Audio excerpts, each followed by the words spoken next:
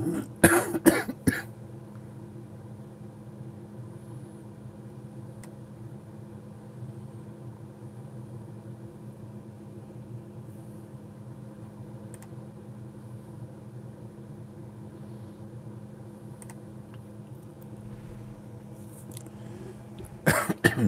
evening, all.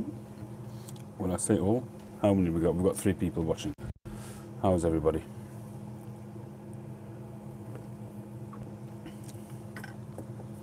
Who do we have on at the moment?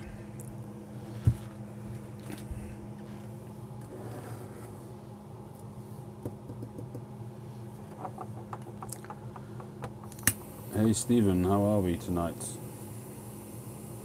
Tim, the family's in. We should just stick at the 3 of us and just have a chat.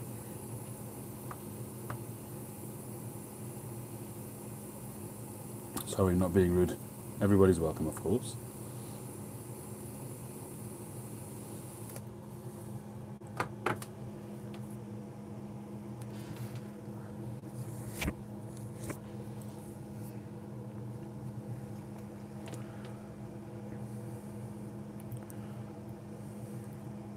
Hey Joe, hi Razvan.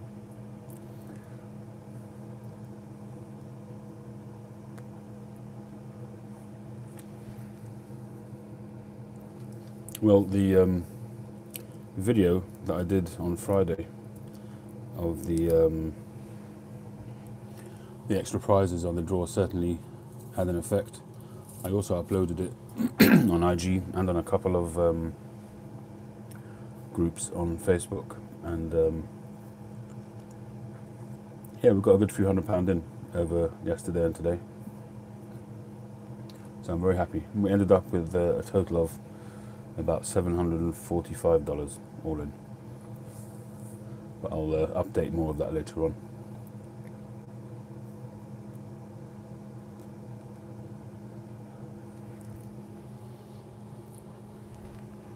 Yeah, I'm very happy about that. I was a little bit concerned that the uptake was pretty slow.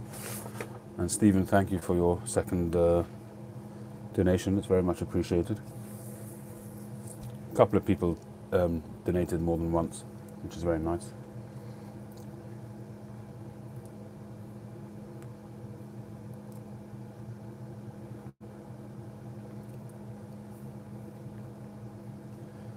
Tim, you feeling better?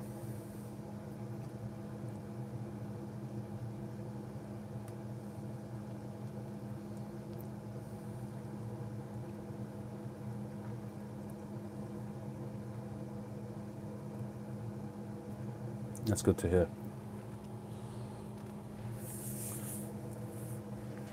I caught a little bit of your last video. Nice look you got there with the cap. Looks good.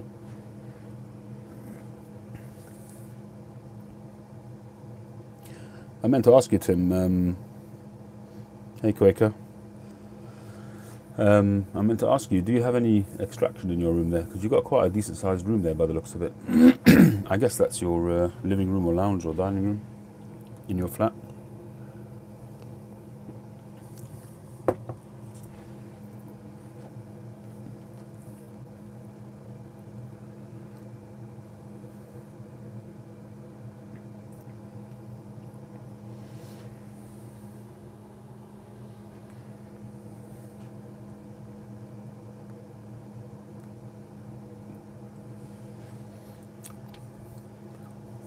Oh, right. So what do you do in the winter when it's cold? You have the window open, or you just leave it like that? Hi, Malcolm. Evening. You all right?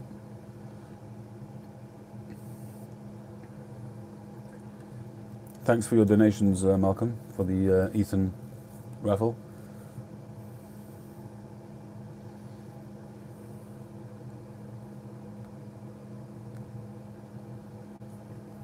Us Londoners used to the smog.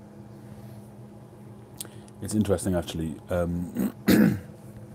When I was up in Newcastle meeting Stephen, actually in the last, I would say 10, 15, 20 years, when I've been back up to Newcastle, Gateshead area, it seems very different to me. I remember I was there in my teens, my late teens, and I was around Coatesworth Road area in the Jewish community area there, And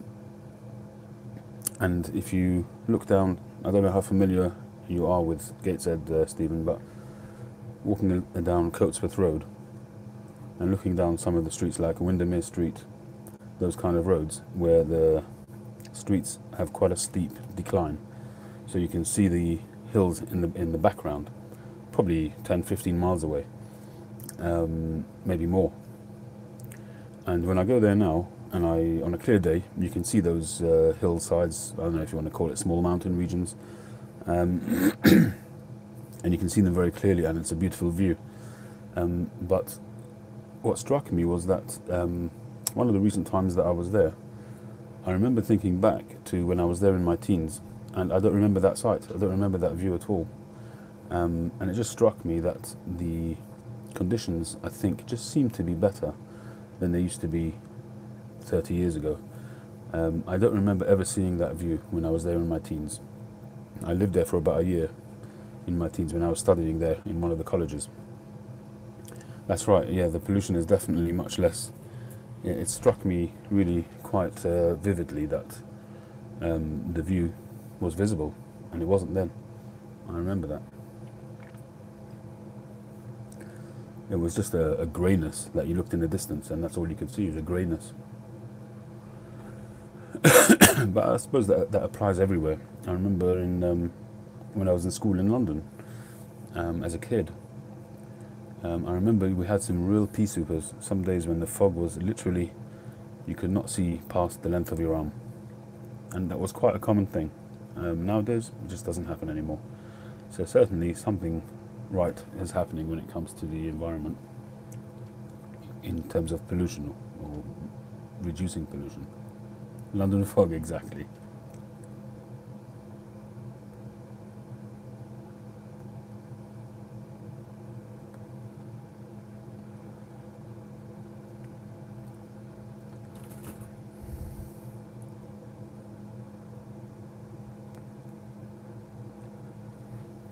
So who's tried the London fog on here? Malcolm, you tried it?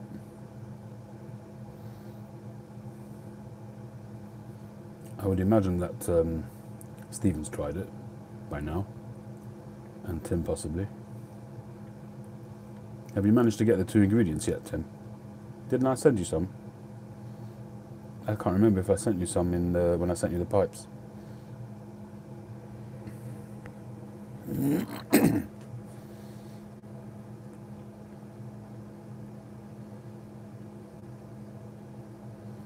Cool. No, I don't remember having a conductor walking in front of the bus, but I'm glad that you're smoking it.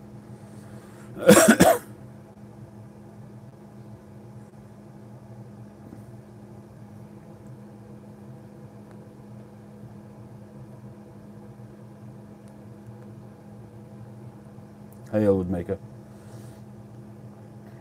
Have you cracked that tin yet?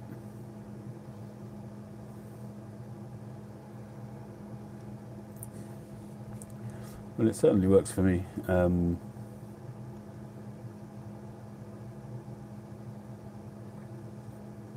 I'm sure you can still find Quaker. I'm sure you can still find Virginia woods out there. It's not extinct. It's just not. You won't get a new load, but there'll be B&Ms out there which will have it. I'm sure of that.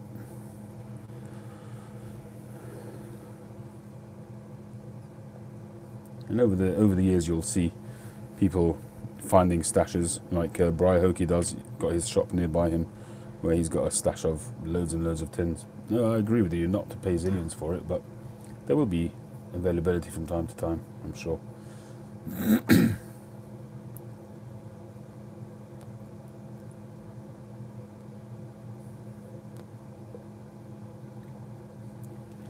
Yeah, well, there was a rush on it recently, even before McLaren's made the announcement, and I take a little bit of responsibility for that rush, but I know I stocked up on a few tins, and I know Ben Unicorn Piper stocked up on a few tins, and there was quite a bit of a rush on it at that time, and then once the announcement was made, forget it, it was all gone.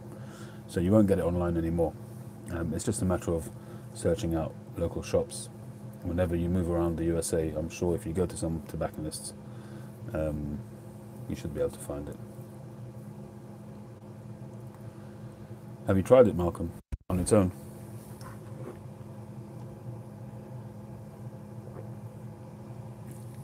I do smoke it on its own quite a bit as well.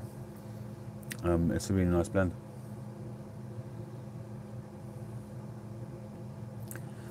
Well, before the announcement, I just really had just good luck, really. I just happened to get into the whole London fog thing before they made their announcement. So as soon as I sort of realised I was really enjoying the blend, and it was something that would stay with me for a long time, my liking for that blend, I just stocked up on it. I got some from Full Noggin. In fact, I think I bought the last tin from Full Noggin.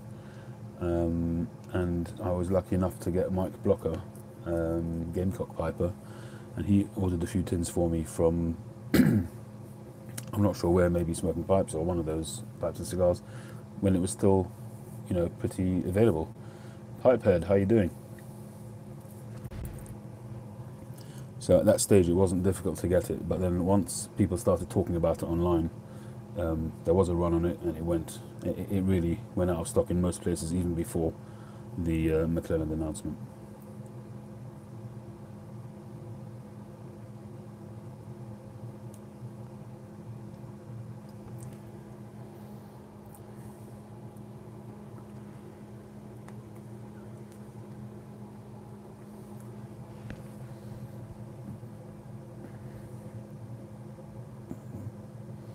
Hey Brian, how you doing? I still haven't I still haven't uploaded that video.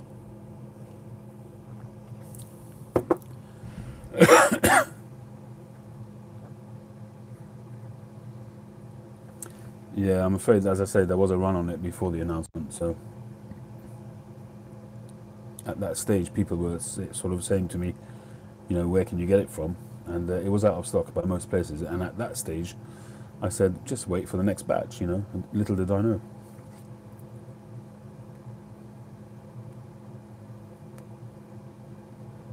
Oh, I'm glad. I'm enjoying one right now. Virginia Woods he was trying to get. That's before the announcement came out. We were just talking about the fact that there was a run on Virginia Woods just before the announcement.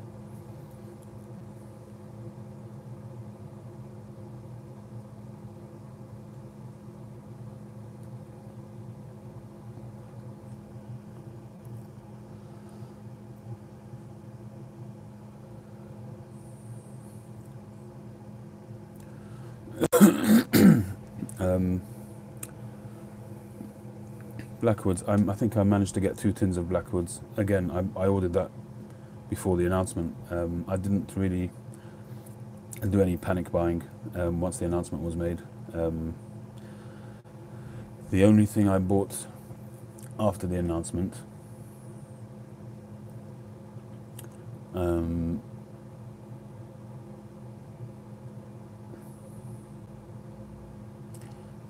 I did go onto Boswell's website, and I did buy a couple of tins of McLaren stuff that I would like, Virginia stuff mostly. Yeah, I'm sure there's people who've got loads of McLaren stuff. It was such a common tobacco, and I know there's loads of it in Europe. I know that for a fact. When I was in Zurich and I made that video, that shop in Zurich, they had a whole wall of McLellan tobacco, and I'm sure they'll have stock for a while yet. So anybody's in Europe, I'm sure you'll be able to find it.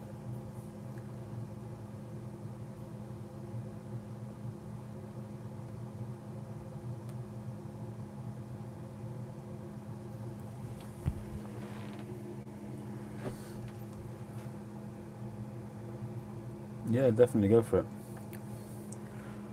Which frothers have you guys got? Have you got the dual-lit ones?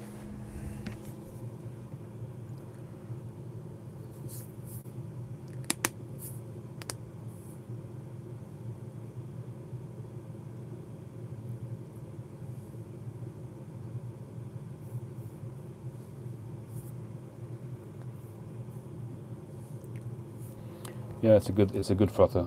I've had a couple of different ones until I got to that one, and the first one I did have to replace. It didn't work properly after about 6 months or so, and I had bought it in John Lewis.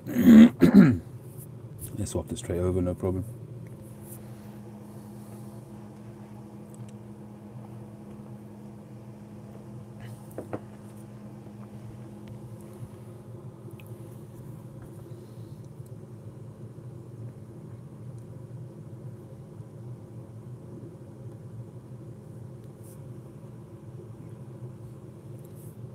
I saw a picture on IG earlier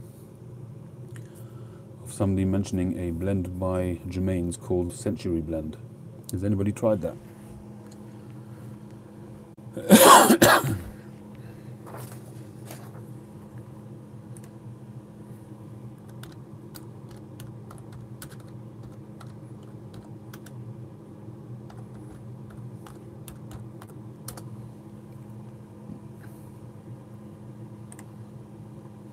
I'm just having a quick look on the tobacco reviews. It looks like it's Oriental Latakia. It's a Balkan by the looks of it. Cyprus Latakia Oriental and Flue tobacco with rum and wine cellared to age.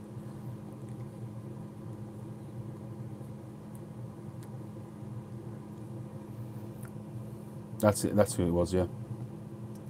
I didn't actually watch it, but I saw the thumbnail of it. It's made by Germain's, JF Germain's.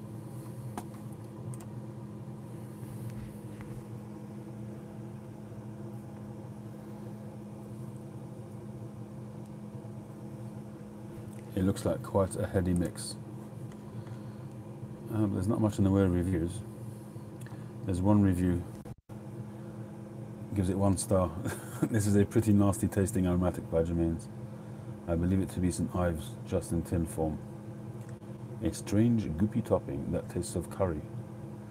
Bites like hell too. Oh well.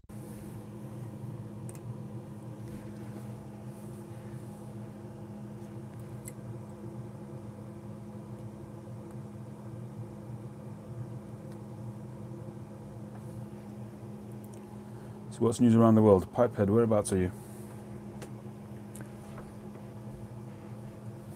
I don't remember from week to week who's where, apologies, so. Oregon, okay. Have you started getting the spring weather yet?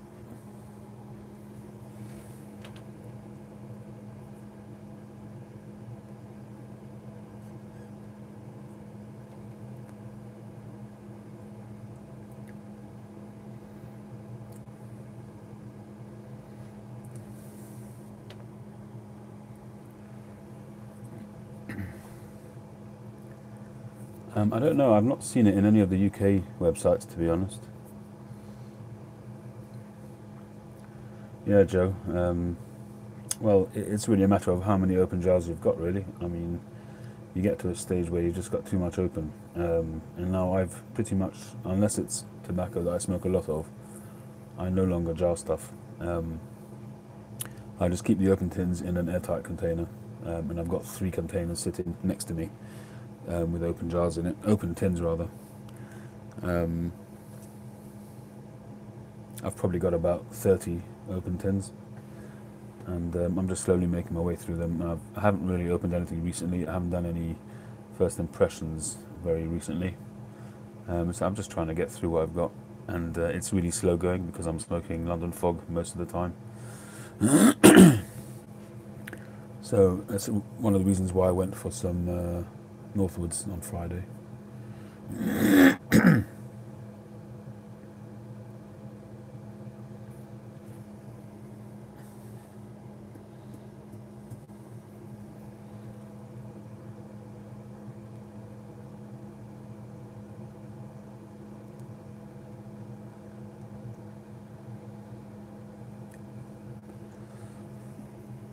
Well, I don't know if it's a fact that they age better, but it would certainly seem to prevent the seals from popping if it's in the dark.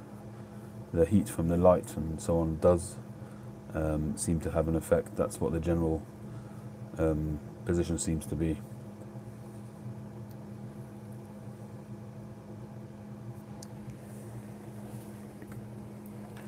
I'll show you some of what I've got open.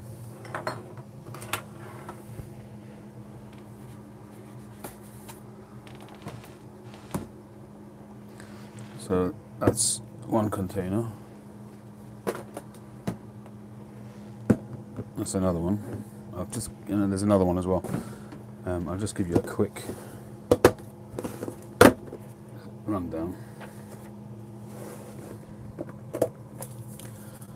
This is some Christmas cheer from 2014, which I got from Cynthia and Susan Stutter. Got some golden sliced. Navy flake, which I've so far not liked. I've given most of that away actually. Erin Moore, quite tasty. This one is not actually open, but this I got in the Israeli sale. It's some luxury twist flake from Peter Stogeby from 2003 in a vacuum pack. One day that would be a special smoke. Some baggies, Dunhill flake, whiskey biscuit gravy,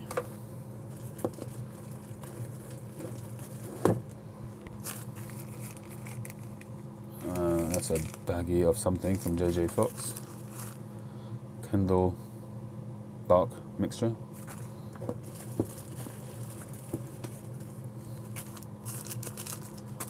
got some Thanksgiving 2017 from Peretti's,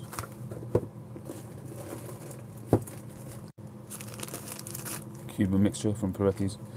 There's a bunch of other stuff in there, little baggies and stuff. I'm not going to bore you with it.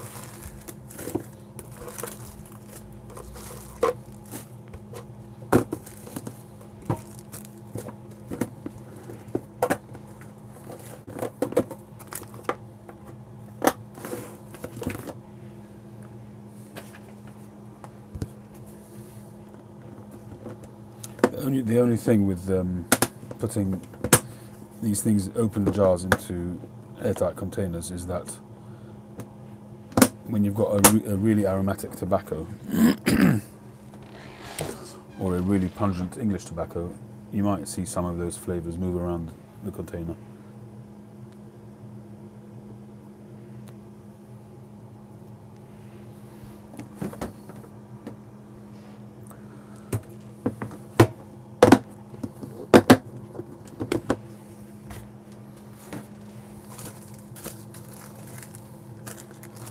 McClelland Bombay Extra from the one and only tin, Wharf Valley Boy.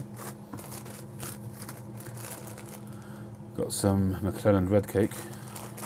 I was lucky enough to get a 4-ounce bag, which Mike Blocker got me.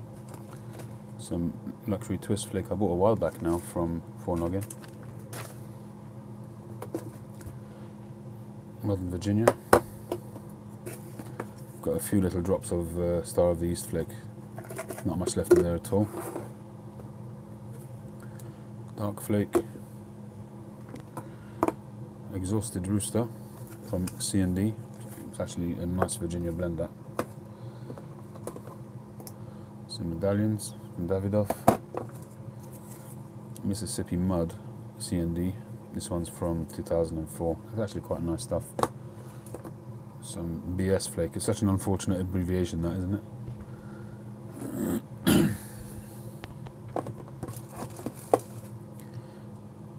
Deluxe Navy rolls. Very, very similar blends, these. I was saying that I found these a little bit light on flavour, and they are for the most part, but as you get down the bowl it does improve.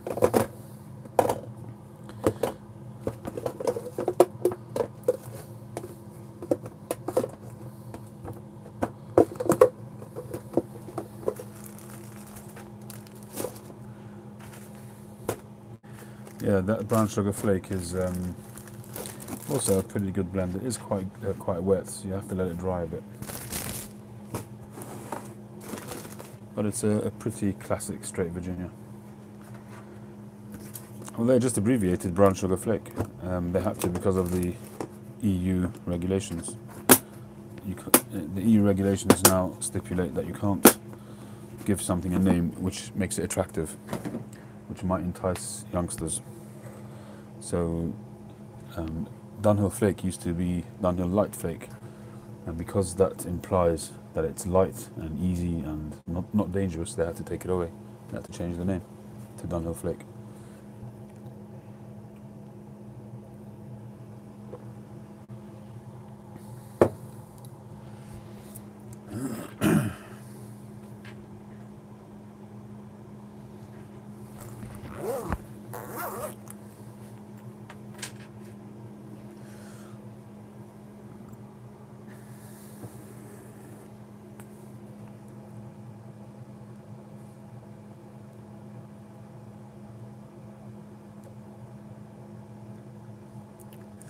Yeah, that used to be deluxe navy rolls. It's now just navy rolls.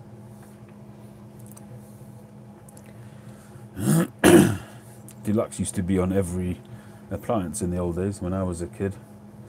Deluxe freezer, deluxe TV, deluxe video, deluxe everything. Nowadays you don't see that so much. I think you used to have it on some cars as well.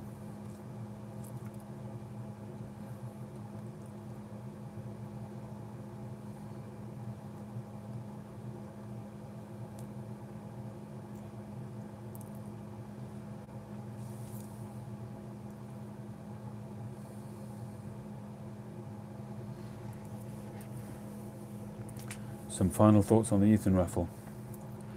In which respect? Generally?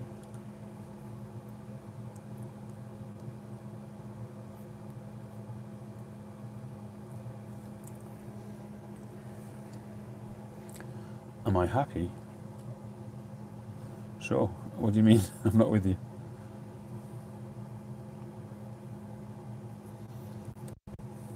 Do you mean am I happy with the response overall, or?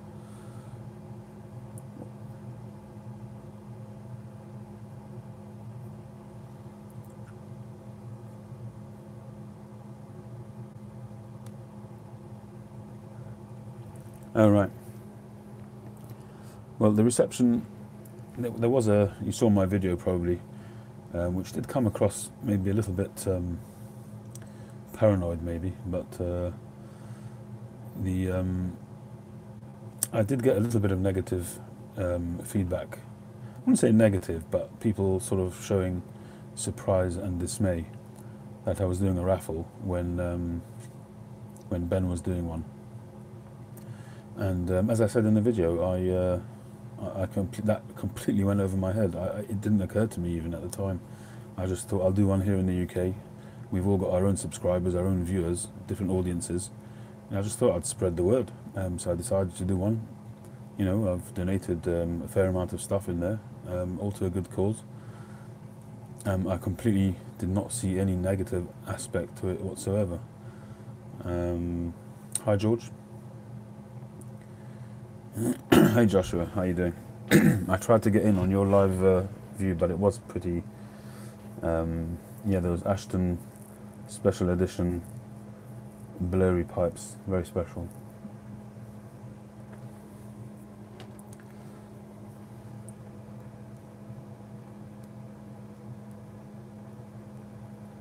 So, besides for a couple of blips along the way, reception, I was very good. I mean, there were some very nice comments on the video, the original raffle. Yeah, thanks Pipehead.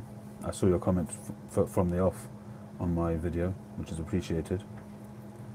But certainly the additional items that I put on my video definitely increased the number of donations. And it jumped up by about $400, something like that, over today and yesterday. It's currently 20 to 12.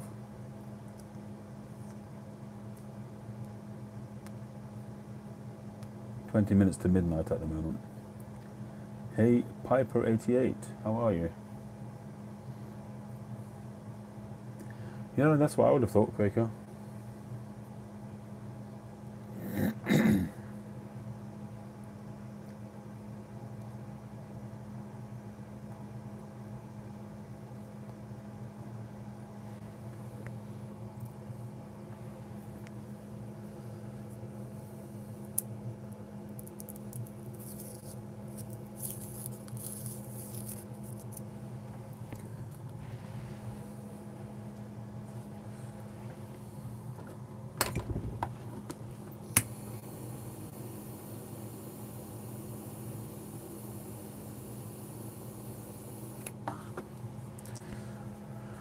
George, for a full aroma, I did go through a phase when I was smoking that all the time.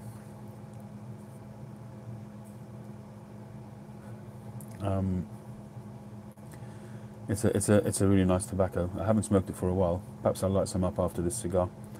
Hey Stephen. Yeah, so it's a nice tobacco. It's quite like a Christmas spice kind of flavour to it. It's an aromatic, but it's got some good quality Virginia tobacco in there.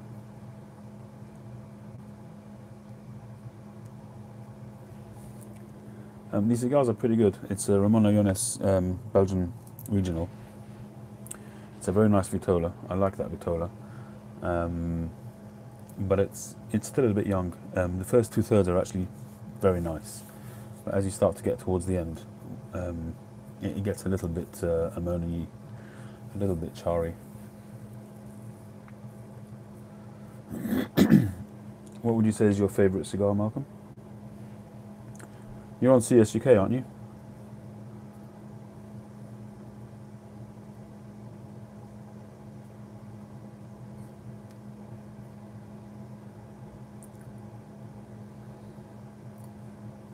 So what do you think about it, George, yourself?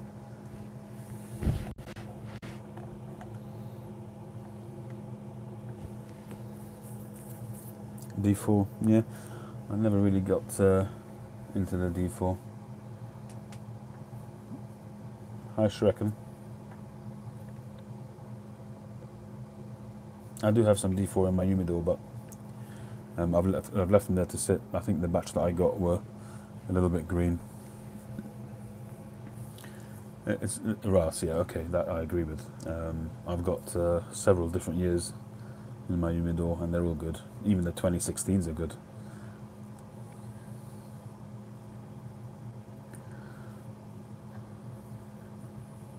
I've got from 2016, I've got some from 2011, and some from 2008, and they're all good.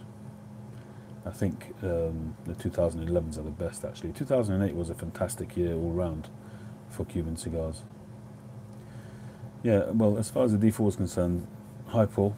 As far as the D4 is concerned, it's I do like Partagas DNA. I do like their flavour, but it could be just the batch that I've got, and I'm just leaving them to stew for a little bit because they're just not that great, the ones that I've got.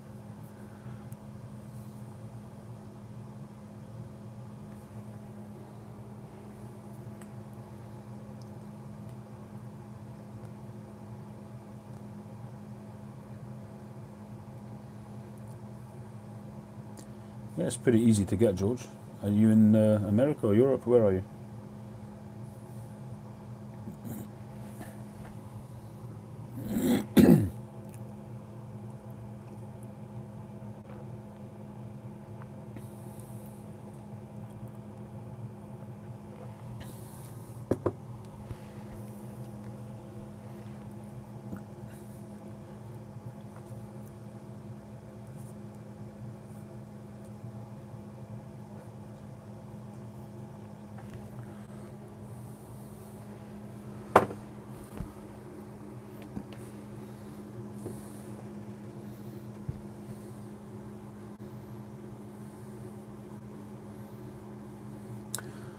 Balkan Sobrani is not that difficult to get. It's also made by JF Germain's.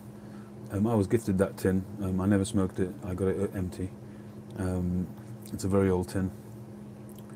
Balkan Sobrani is difficult, but it's not as difficult as, say, Penzance. You will find it on phone login from time to time. There's also a tobacconist in America called Milan Tobacconist, and they often get Balkan Sobrani. They may even have some available now. It's quite possible.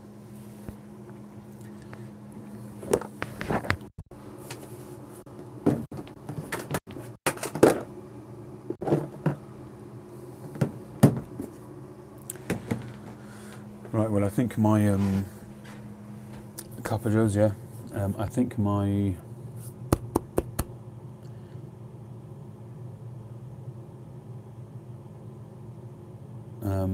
My full aroma is in the car, and I haven't got another open bag. I'm not going to open a pouch if I've got one open, so I'll have to smoke something else soon. Maybe some London Fog, maybe something else, maybe a Balkan.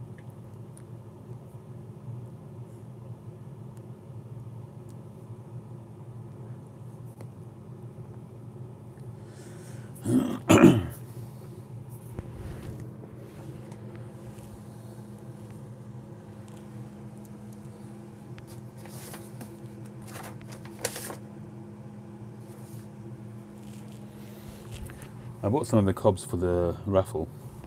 I got myself also a Legend, which I've not had one of these before. I've got a different cob, the I can't remember what it's called, the General possibly, which is a big one, which I smoke from time to time. But so far I've not really been enamoured with cobs, but I thought I'd give it another go. Somebody asked a minute ago, in brief, what the raffle is about. Let me just go back and see. Excuse me.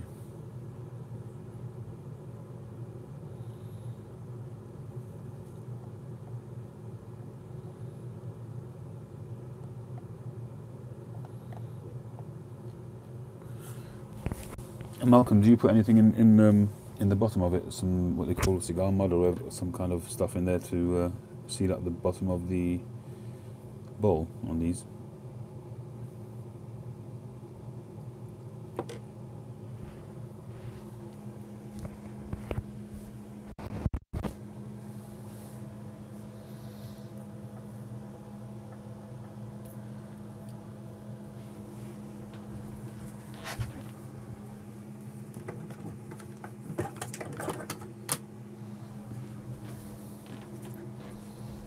How do you do that? Is that just cigar ash?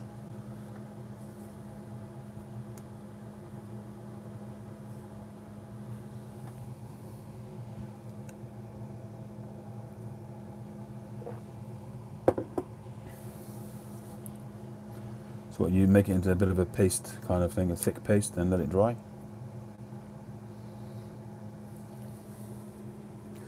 This is my other cob, which I smoke from time to time. From D4, yeah. I assume that's just to make the bottom of the bowl level. Is that the idea?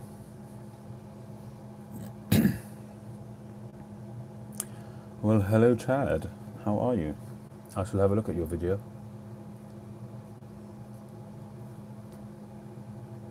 I enjoyed your video, Chad, on the McClelland situation.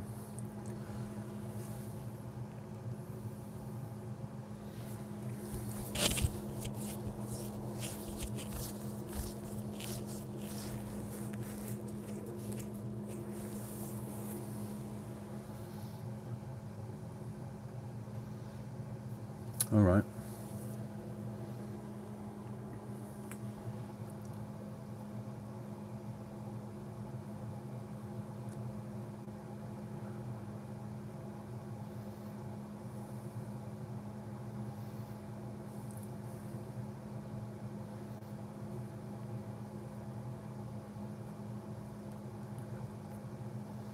Shrek, and you only smoke cigars?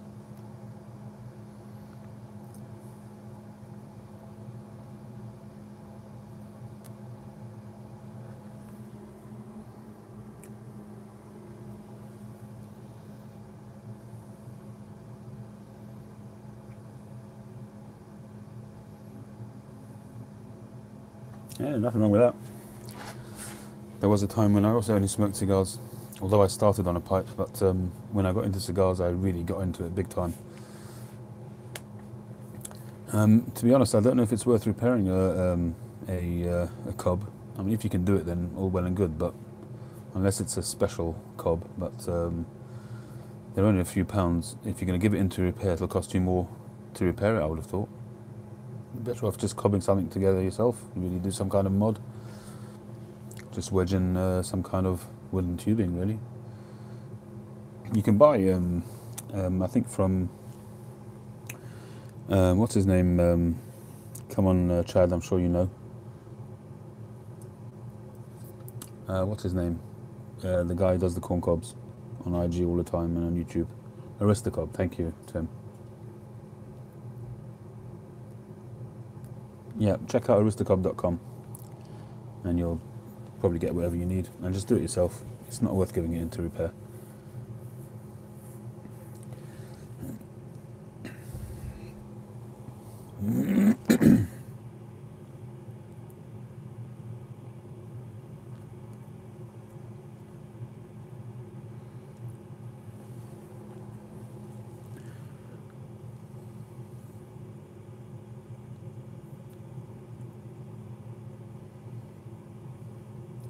Juan Lopez is a very nice, spicy cigar. I enjoy the number 2, and I have I think I've got a UK regional single Juan Lopez. They're nice.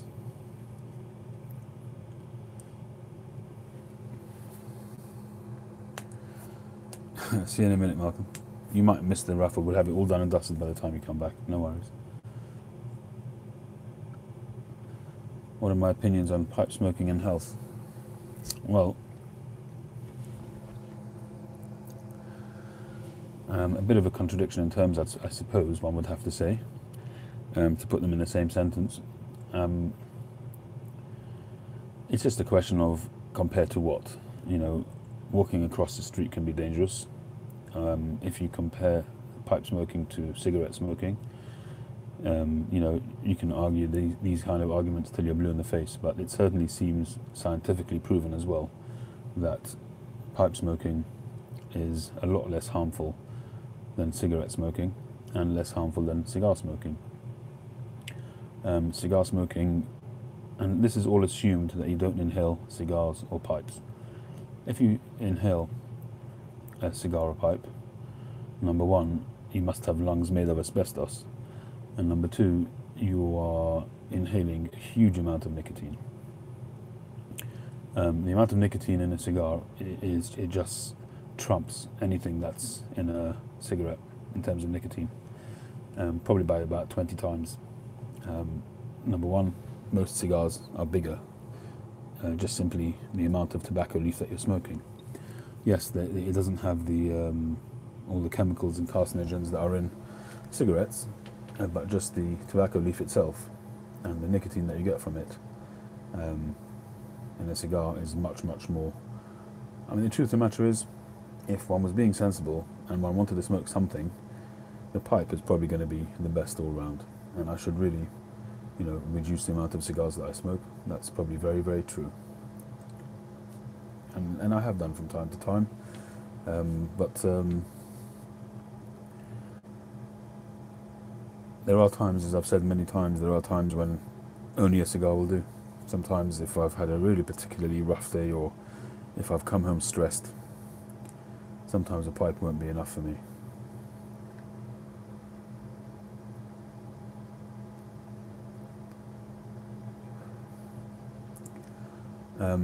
Yes, I do, Paul. I do like Partagas, although, as I mentioned earlier on, haven't yet smoked a decent D4, but that just might be my luck. Bolivars I do enjoy. I'm not sure there are any non-Cuban Bolivars, but certainly you can get non-Cuban Partagas. Yeah, there's probably more than 100 ingredients in cigarettes,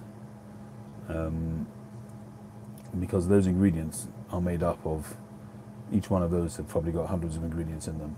I read something recently where cigarette probably has something like 2,000 or 3,000 ingredients within each cigarette.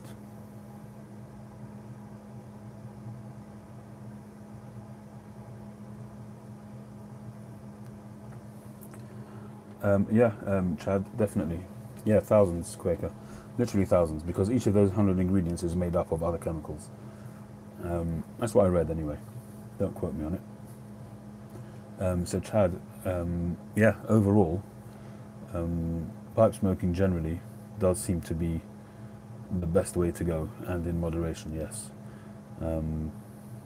Although I have a lot of tobacco output on various social media, I don't smoke as much as it seems that I do. I would say that on average I probably have, in terms of pipes, I probably have 1.5 bowls, made up usually of 3 half bowls. if you look online and you look at the studies about smoking, and they give you a final analysis, and they tells you what they consider to be in moderation. I don't remember the figures right now, but they were talking about in realms of 7 to 8 bowls a day, or 9 bowls a day being a lot. But somebody who has 2 or 3 bowls a day, it's pretty. I'm not going to say it's harmless, but it's generally accepted to be okay.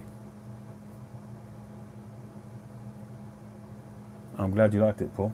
The Nostrano, the one that was in the box, was okay. I didn't like the smaller ones. In the one that 5 box that I sent you, I didn't really enjoy those. But the one in the single in the box, I thought wasn't too bad. No, I think that cigars are more harmful than pipe smoking, because you don't inhale cigars and you don't inhale pipe smoking. I don't inhale my cigar smoke, at least not directly. I imagine I'm inhaling some in the room here, but I have good extraction, so.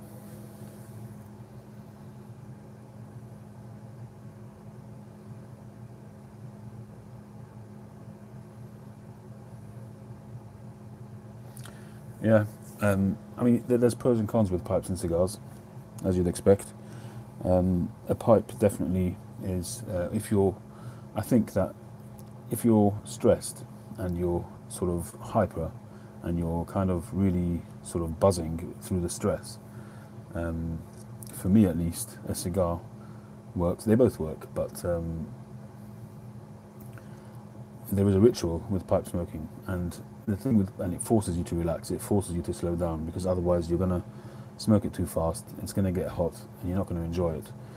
So sometimes, if I'm really, really stressed, and I'll go for a cigar simply because it's straight, it's in there, you don't have to worry about the ritual. But conversely, sometimes you want that ritual to slow you down and to just take the bite out of your mood, if you like. But I do find that, as I said, there are times when just a cigar will do. There's a certain texture to a cigar, whether it's the fact that the cigar's in your mouth or whether it's the type of smoke. I'm not sure really what it is, to be honest. But there are some times when just a cigar will do and a pipe won't.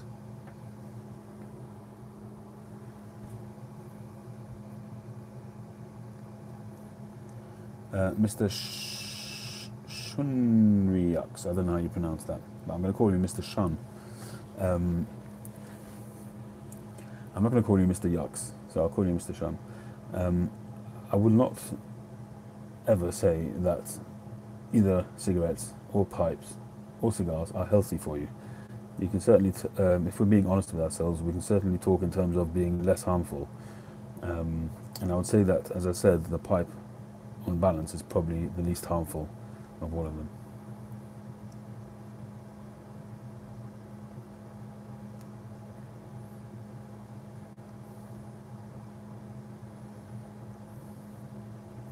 Yeah, Joe, I can fully understand that. As I say, it's beneficial. I'm not going to say it's healthy. It's certainly beneficial. It's got its pluses. But to say that it's healthy, it's certainly helping you in the short term overcome anxiety. But whether in the long term it's good for you to do it, probably not. Let's be honest.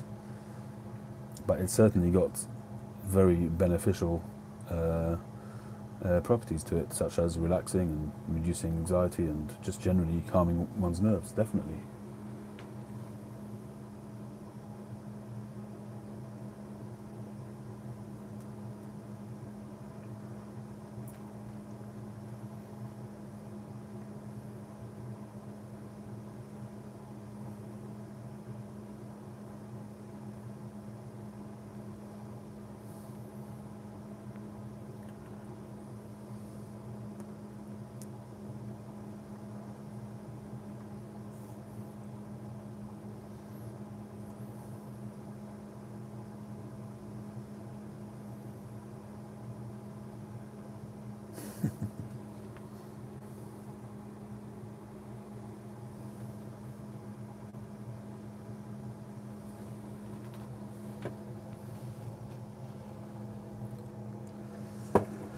I don't know. I tell myself that I'm not addicted to the nicotine, but it could be that's what the cigar is doing for me. When I go straight into Yeah, there are lots of examples of people who lived a ripe old age, who were cigar smokers or pipe smokers. And people do say that, why do you and did you start pipe smoking? I don't know, I think it was just a visual thing. I've mentioned it many times on my channel. I was in Covent Gardens with my family, and there's a tiny little shop, almost a kiosk, called Cigars and Snuff. And I was just perusing, and I was just looking in their window, and I saw a bunch of pipes, and I just went and bought one, and I smoked it there and then. I felt like a right nana in Covent Gardens. I was kind of skulking off to the side to light it, and my kids were kind of having a laugh at me, and I felt really self-conscious about it. But I lit that pipe, and again, and again, and again. I couldn't keep it alight because I had no idea how to smoke a pipe. But that's where it started. That first pipe was a Butts Shaquem, and after that it was, here it is. That's the Butts Shaquem that I started with. Nice little pipe. It was actually a filtered pipe as well. So my first ever pipe was a filtered pipe, and I didn't even know it at the time. And then I bought the Savinelli 606, and the 606 is really what got me into pipe smoking proper. I was smoking Cult Blood Red Moon for quite a long time. I started off on a goopy, over-the-counter cherry blend here in the UK, but after watching Jay Dagner smoking Cult Blood Red Moon, I got some of that, and I smoked that for quite a long time.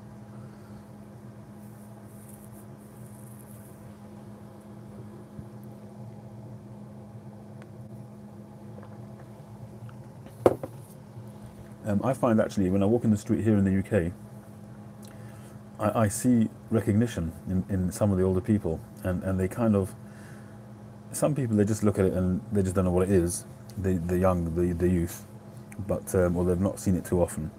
But some of the older people, you almost see a little bit of a glint in their eye, thinking, oh, I remember that, and kind of it brings a flash of reminiscing to their childhood. I'm serious, I really mean that. Some people have got this tiny little smirk when they walk past, and it's a little glint of recognition and reminiscing back to good times, I think.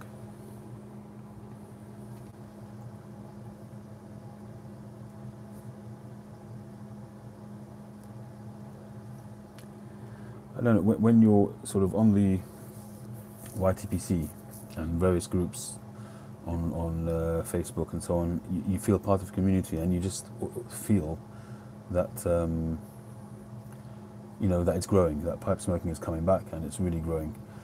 But when I speak to the shops, when I speak to the tobacconists, they're really having a tough time of it, you know, because a lot of us still buy online, and they still think it's contracting here in the UK rather than expanding, to be honest.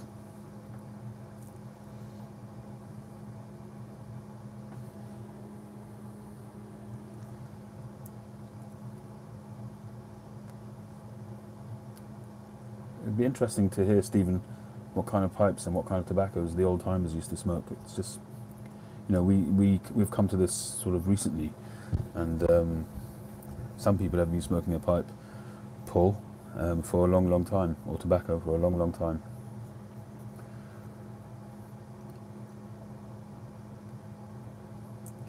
George, in terms of the rim and keeping it from charring, first of all, if you can, try and use a pipe lighter. Secondly, don't fill the bowl to the top, so that when your flame goes in, it goes inside the bowl rather than dancing around the top of the bowl and damaging the rim. You could also smoke more sandblasted or rusticated pipes where it doesn't really matter. But I give mine a clean every so often. Every so often I'll take a wet wipe, a baby wipe or something like that. Maybe not a baby wipe, because some of them have got some alcohol in them, but certainly something damp, and I'll wipe it down. And what that does do is it does take the polish off. So every so often I I do wipe mine down and then I'll buff them with a bit of wax. The wax is a good thing to do because that gives it a seal, it gives it protection. So when it does get charred, if you clean it often enough, the char is not burning the briar, unless you do it repeatedly, many times without cleaning it. If you clean it after a few smokes each time, you shouldn't really be burning it too much if you're careful with the flame. See this one here, the lighting is not great at the moment, but there is a little bit of char on there.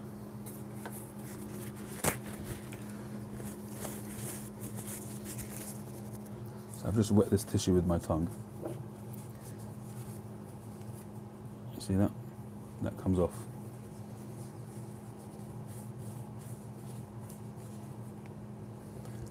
See that will come off, and it's pretty clean. See? That was black over there, it's now pretty much clean, but it's now dull. The sheen is gone, and every so often I'll just get some canuba wax and buff it, and that will bring it up and protect it for the next few smokes.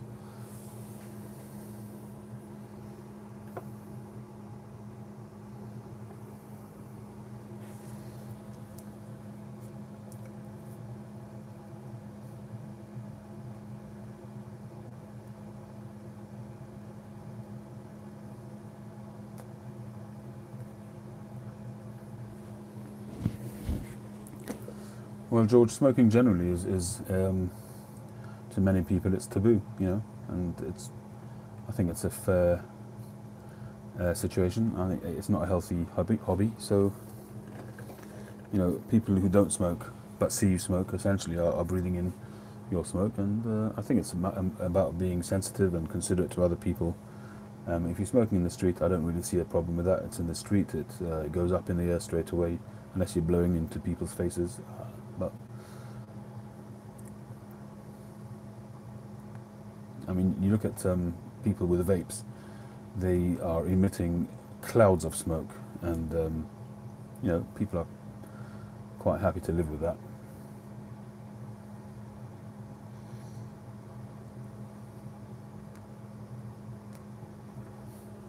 Well, George, better you should smoke a pipe in public than smoke a cigarette in public, even though a cigarette is completely the norm. Well, as much as it is, people are, you know, frowning at people smoking in public as well nowadays, smoking cigarettes. Right, I did say that we would do the draw at midnight, so we're 10 past midnight, so we'll get started with that.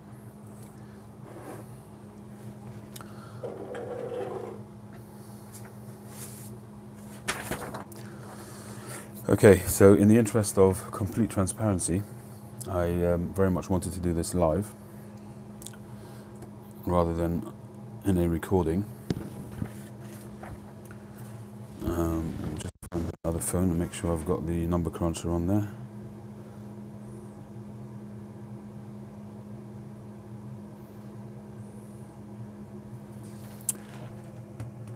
Okay, so I've prepared a list of all of the people who, thank you, Chad. So these are all the contributions that I got, and if somebody contributed more than £5, they just got repeated entries, and there's altogether 86 entries. So if you want to see a list of it, you can certainly contact me and I'll send it. But that's the list. And the grand total that I received was $745.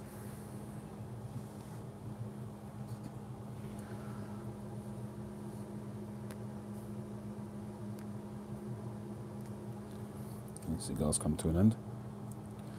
So we have 86.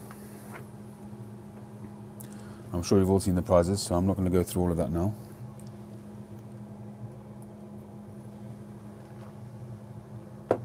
If one of you are on here that actually wins it, then tell me which pipe you want out of the first two that were on there.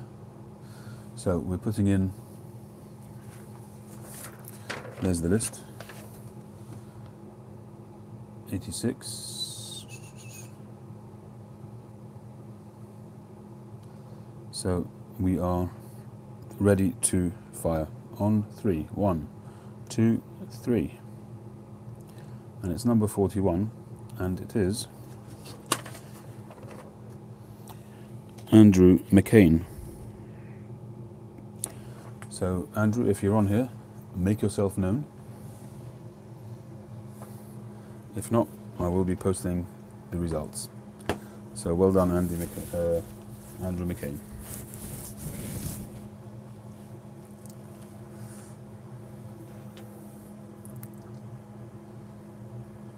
Hi Theodore, does anybody know Andrew McCain?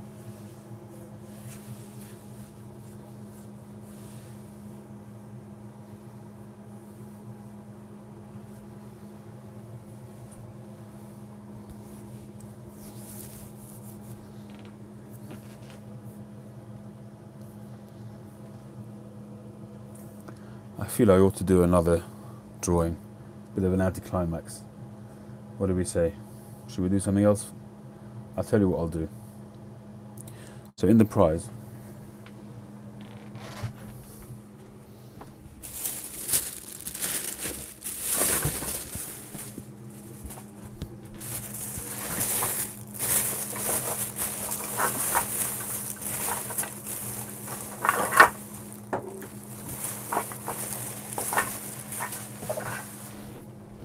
so in the original prize batch,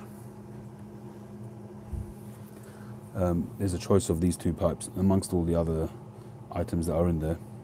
So the winner will have a choice of these 2 pipes. I'm going to do another draw now, and the winner of that will have the other pipes. So I'm going to give both pipes. So let's do another draw. I hope somebody on wins it. Somebody who's on live. In actual fact, what I'm going to do is I'm going to keep drawing until somebody who's on wins it. This is by way of saying thank you to the people who have joined us on the live show. Does that sound okay?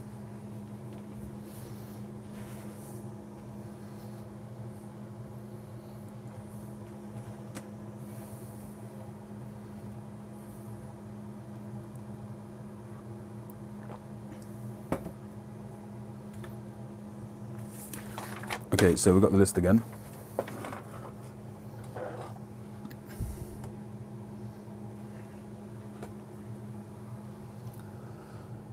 Kernicus Rax, how are we this evening? Okay, hi Lefa Pal. Lefa Pal. Yeah, yeah. It's actually, I've seen some people selling cigars and selling pipes that way, doing it as a raffle, selling, you know, places in the raffle for £10–20. I think Phil Rivara has done that a few times. Where he's had a pipe which he would have sold for, say, $300, and he's just sold £20 to 20 people or whatever it is, 10 people per raffle, and you got a chance of winning a $300 pipe for $20, which is quite a cool idea. He gets his full price, and everybody gets a chance for $20. Okay, so we are once again going to randomize out of 86. So at the moment it's on 0 out of 86. And we're going to press randomize. Good luck to everybody, and I hope it's somebody on here. If not, we'll do it again. 36. 36 is Robert Boyd. Are you on? Don't all of you say, yes, I'm Robert Boyd. Okay, I'm going to count down from 5, and if you don't answer, then I'm going to do it again. 5. Is that you? Seriously, Joe? Or are you messing around?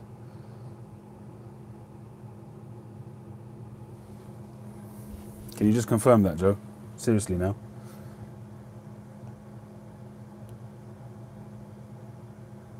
Awesome.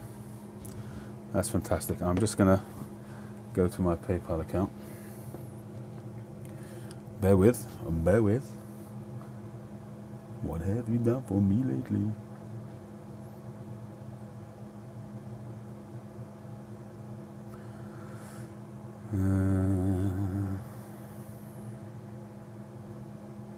That is so cool, Joe. I'm just gonna.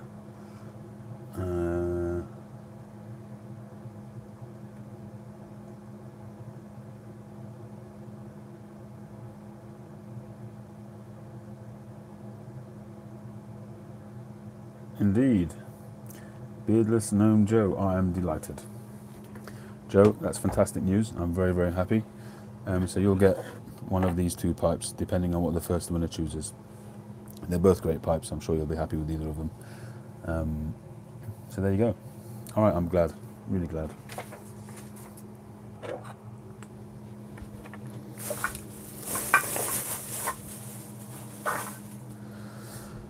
Right, on to more important things. What should we smoke next, people? Pipe or cigar?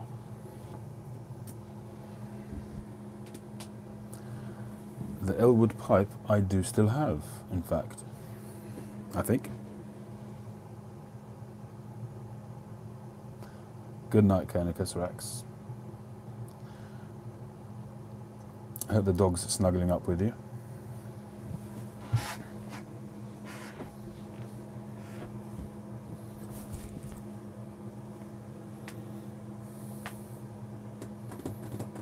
Okay, we go with pipe. Should we say some London Fog, or should we go for an English blend? I thought you were going to buy it off me. I don't want to know about your Elwood Bulldog. Just kidding. You'll have to show it to us sometime. Would you like to see the pipe?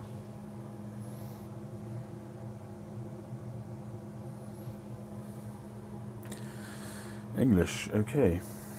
So I think I'm going to go with some of. No, I haven't tried W.O. Larson. They, to me, they just look like they're going to be another bitey aromatic, but I'm saying that without any real knowledge. I'll show you that pipe in a minute, Elwood. British over the counter? I don't think so. Sorry. What did we say we're going for? Bombay.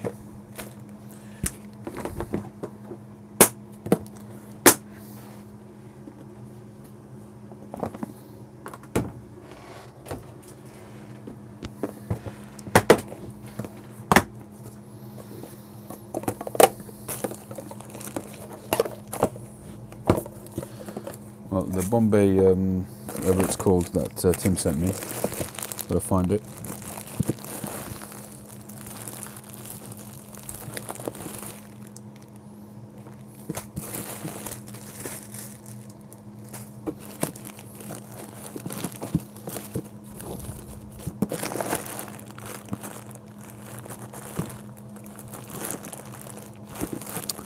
I had it out before. In a cob. Oh, you're pushing it, mate.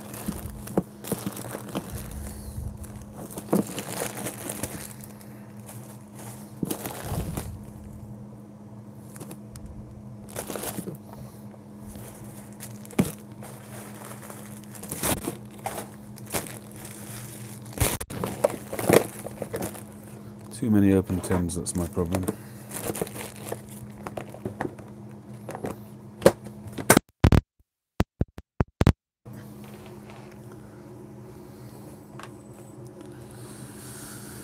All right.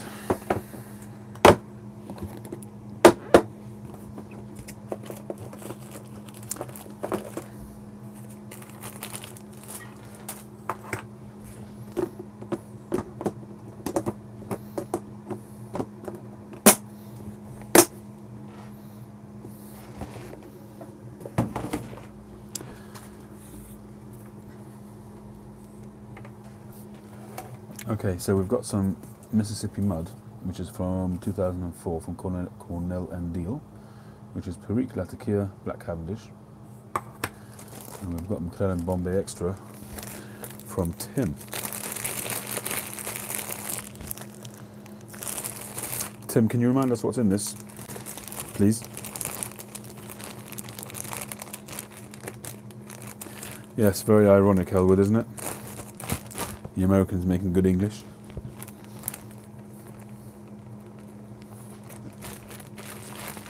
I never got on with squadron leader myself.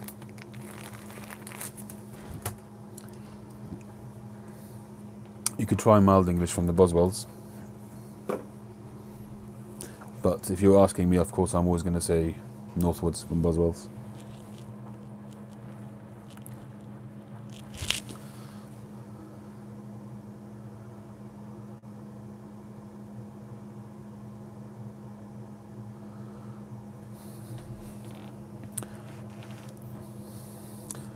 Tim, Bombay Extra? Contents? Composition? Right, let's just get up to tobacco reviews.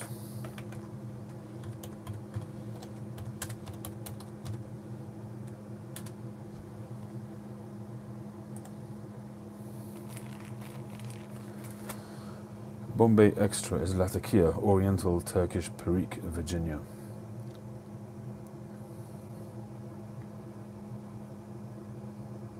It's a richer, fuller Oriental mixture for after dinner or evening enjoyment. Right. I think I'm going with Mississippi Mud, to be honest.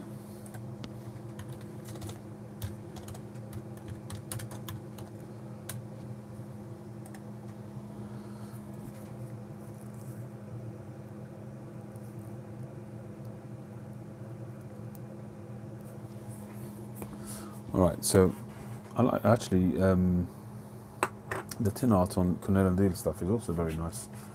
I really do like that. I mean, McClellan's tin art is also very unique, especially the Frogmorton series, which I think is her name Judy McNeil? Is that her name? She does that herself.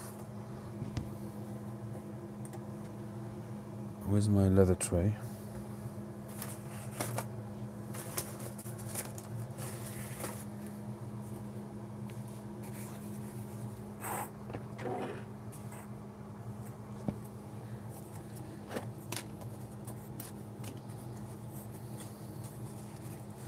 I've only had a bowl or so or two out of this. Have a look. Give it a good smell.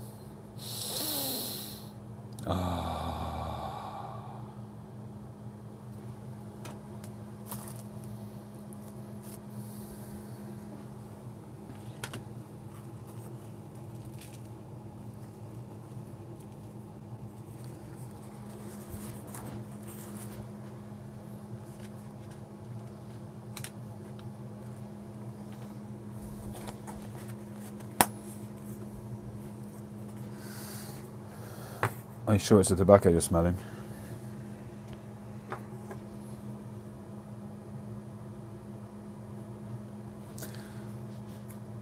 That's not a nice thing to call a wife.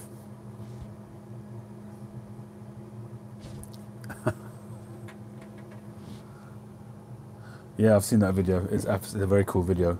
There's one where he opens like a 20 or 30-year-old tin. Good night, Stephen. Speak soon.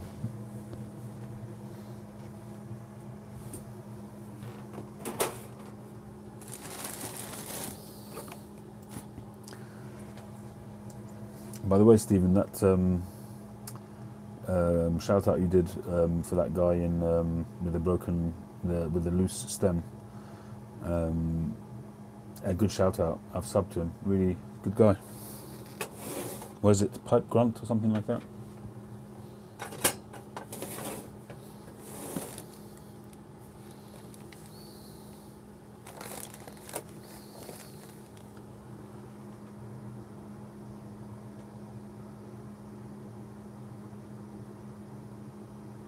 Yeah.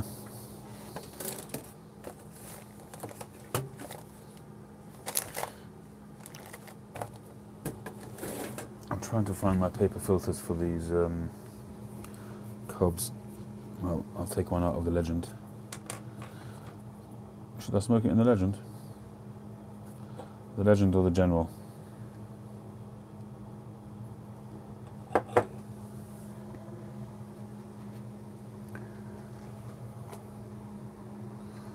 The General.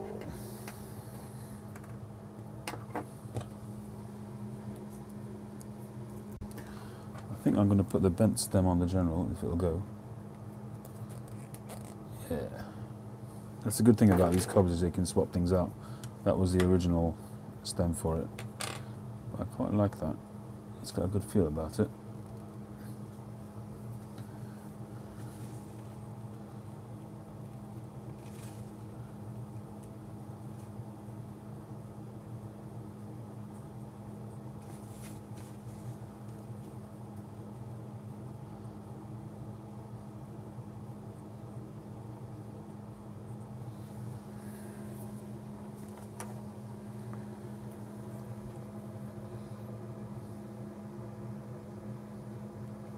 Good night, Elwood. Thanks for joining.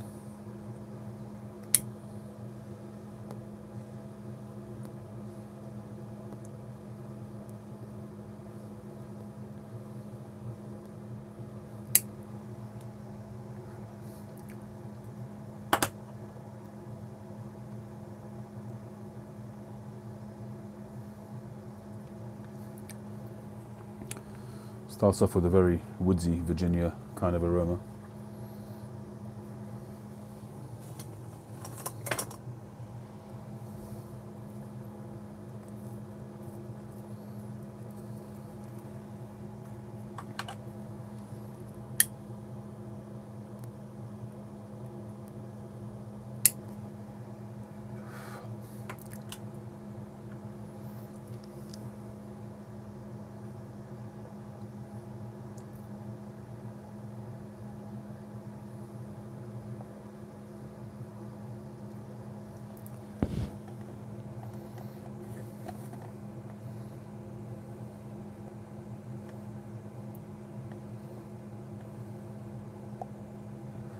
See you in a minute, Tim. So, any topics anybody wants to bring up tonight?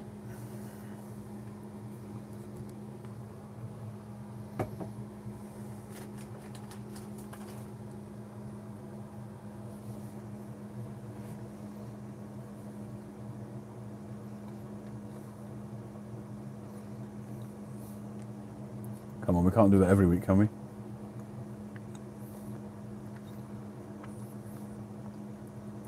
Who's up on the whole career story? Is that real?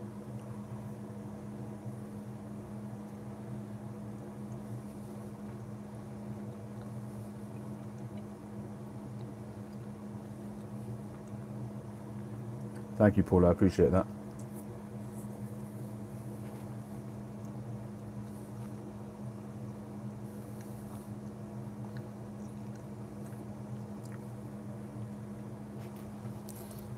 I'm sure you guys have all had the benefit of Paul's comments over the years. If you have a YouTube channel, Paul is one of the most widespread, avid serial commenters on the YTPC.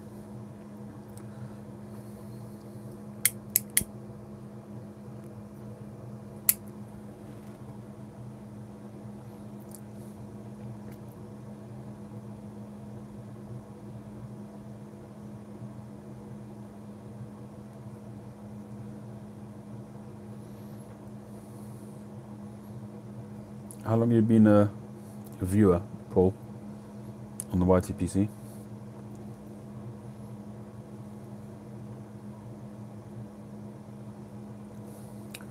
You sprechen nicht languages very well.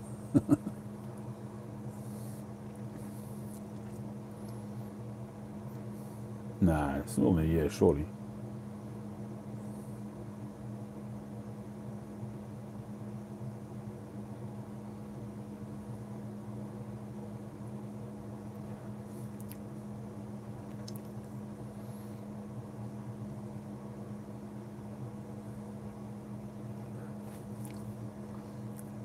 Well, I aim to please.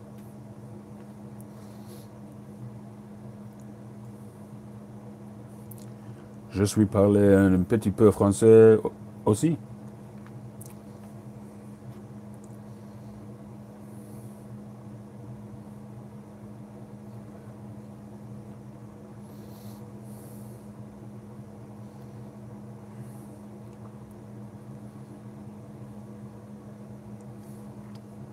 Is that all right for Basque?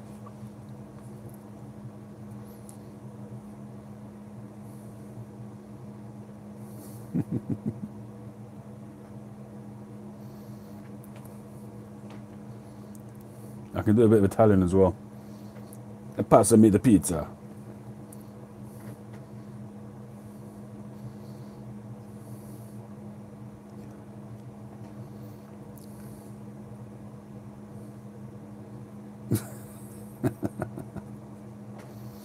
Yeah, that was funny.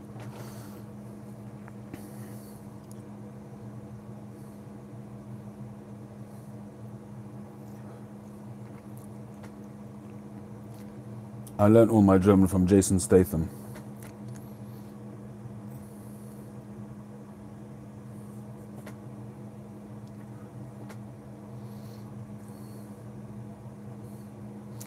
Oui, moi aussi.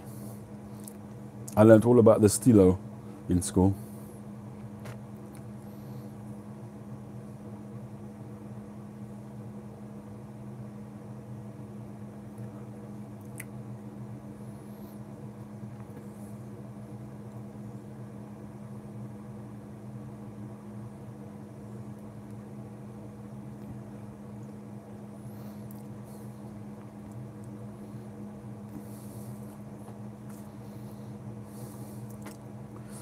As Sean Connery would say, I don't parley Rusky.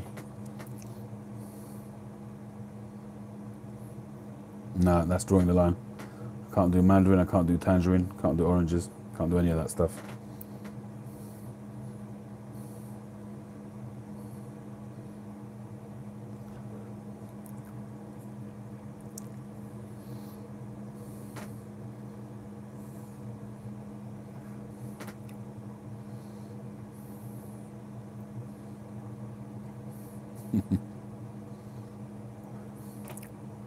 Hunt for the Red October, one of my favourite movies.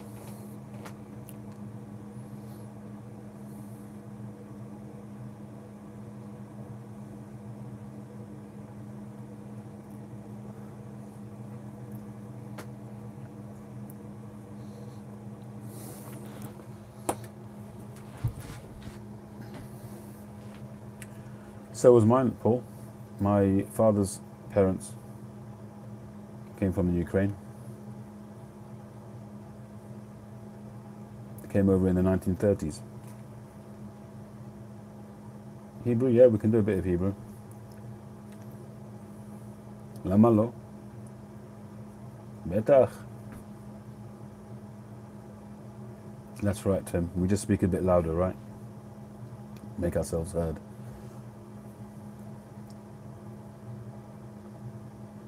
One pint of bitter, mate. Bitter. Bitter.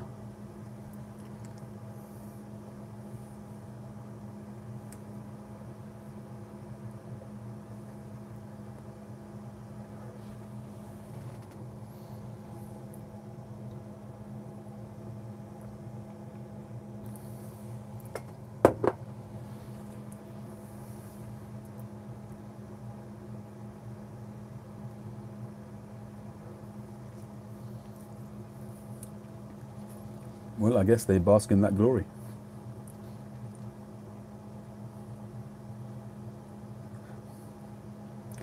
Generally speaking, I find that European countries, you can get by with English. I'm in touch with several European cigar sellers, and English, they speak it fantastically well.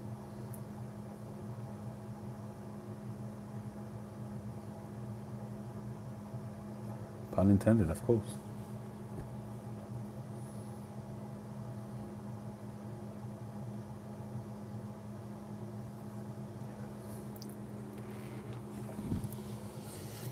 This pipe mud is quite nice. The Mississippi mud, rather.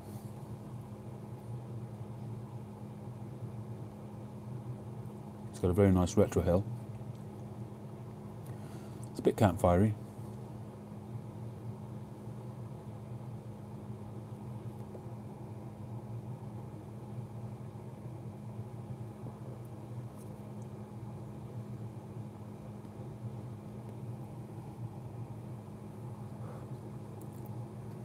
and blows nice rings.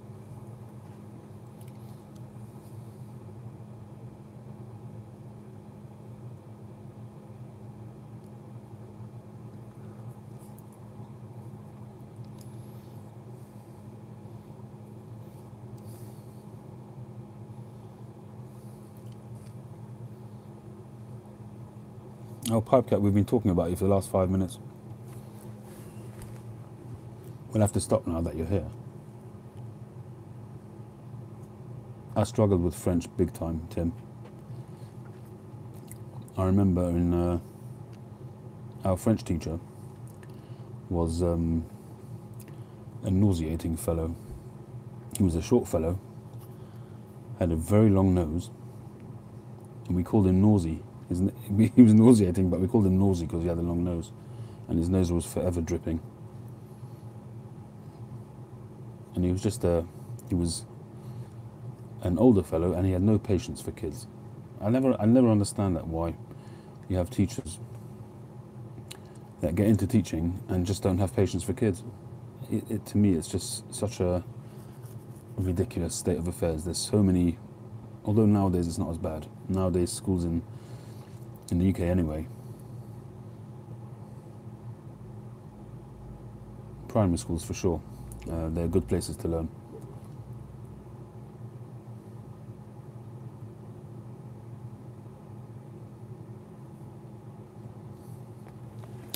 Yeah, he was a bit of a beardless gnome.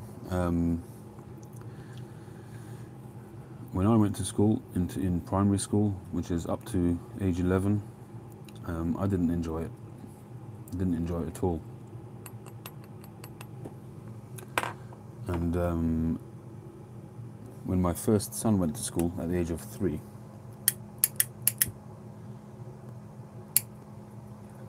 one of the trustees of the school asked if I would become a governor of the school. I remember one time they were in a premises temporarily, and the playground was completely overgrown, and I just felt bad for the kids. So one Sunday I went there with my kids, and we cleared the playground for the kids. We just mowed it down, cleared all the rubbish, cleared all the debris. And I guess the head teacher must have seen me doing it, and she probably passed that information on to one of the trustees. And so he asked me if I wanted to become a governor. I did at the time, and I ended up being a governor of the school for over 20 years. And I resigned about 2 years ago. So I have a very keen interest in education. I ended up being vice chair of governors. That was my final position.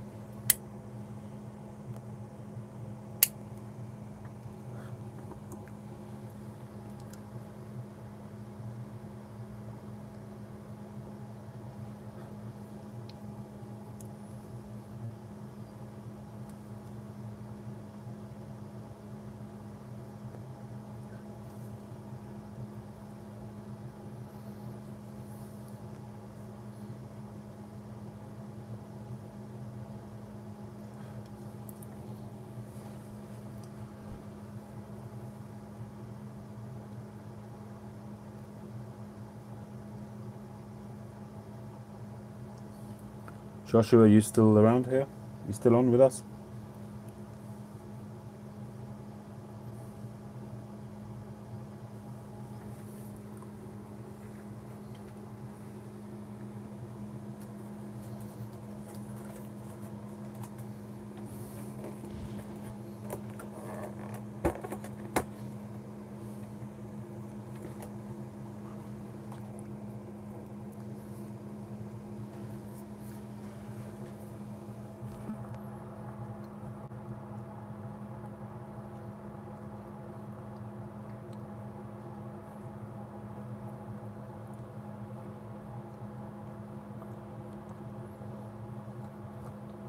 Yeah, we need more pirates out there.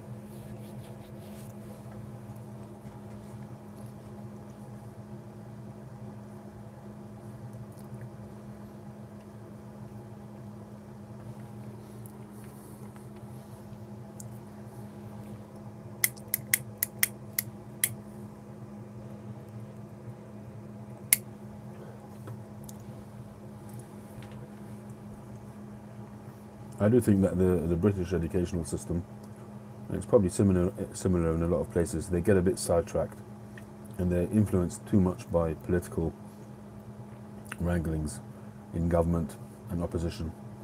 And a lot of the policies that come through and filter through to schools is just some politician either justifying his position as a educational minister or junior minister. And a lot of it is just, as I say, a lot of political rubbish.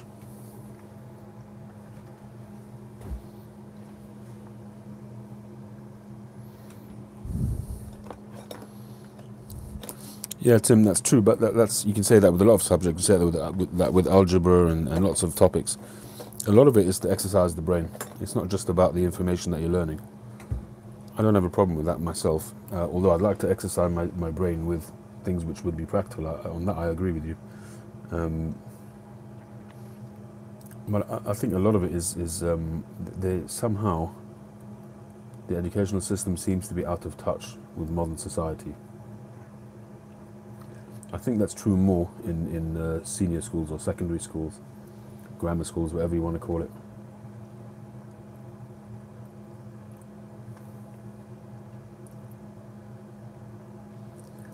English culture.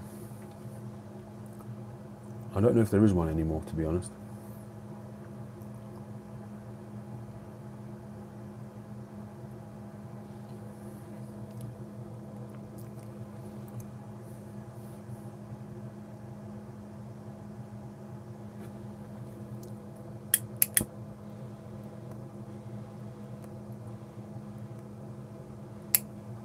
What do you consider to be English culture?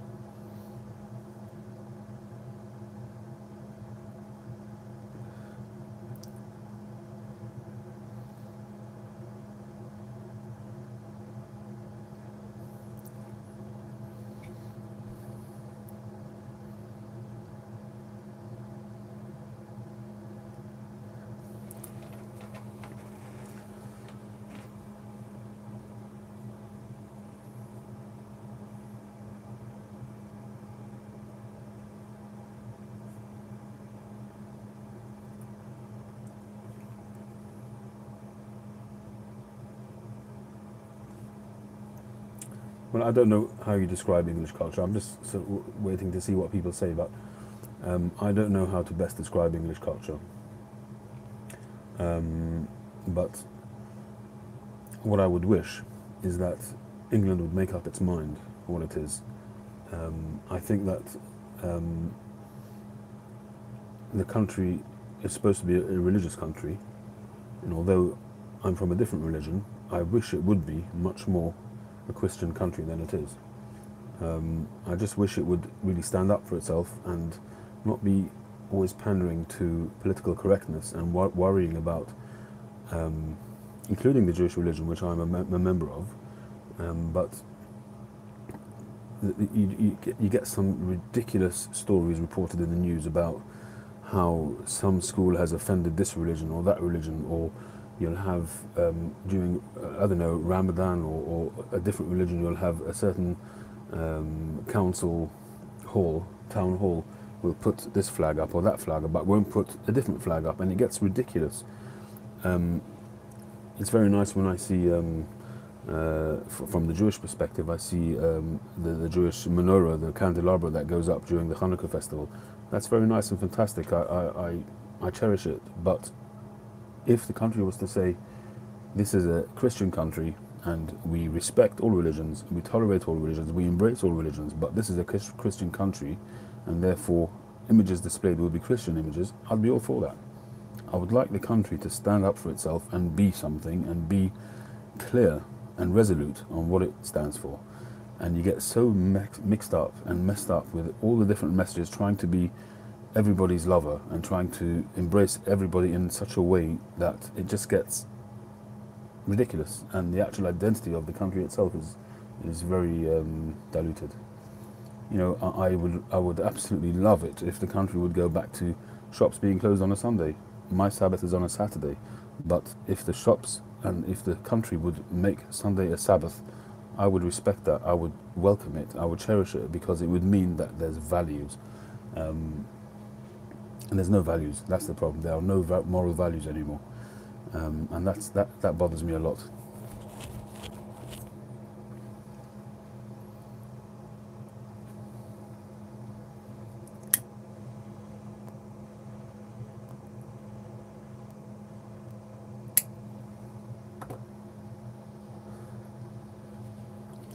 Because I think all this embracing of cultures, which I do think is a fantastic idea, but it shouldn't be at the expense of your own culture. And I think that because it's all politically motivated, so when you've got this government, they'll sort of be moving in this direction, and another government in another direction. It just gets a bit ridiculous, and it's not. Although in the short term, the country is trying to be embracing and trying to be multicultural and try to embrace all religions and cultures, it's actually breaking down its own moral values by doing that. That's my opinion. By being wishy-washy, children are growing up without any rock-solid foundations, because everything is up for grabs. One day it's like this, another day it's like that. And that means that these children, it's not surprising to me that children grow up with no sense of direction. They have no idea what they want to do with their lives.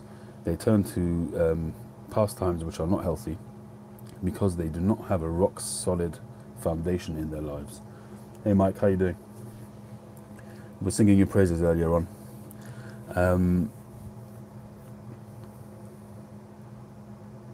No, I agree with you, Shrekken. We don't have to give up, but we do. Unfortunately, we do. We shouldn't be, but we do. And I think kids today, they just don't know what they stand for anymore. They just don't.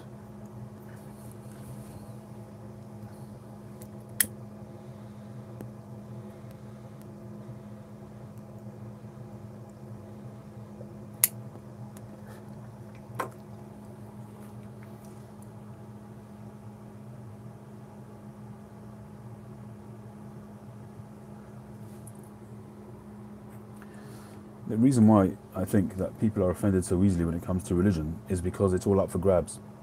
Because everybody's got a say, everybody's worried about being not politically correct.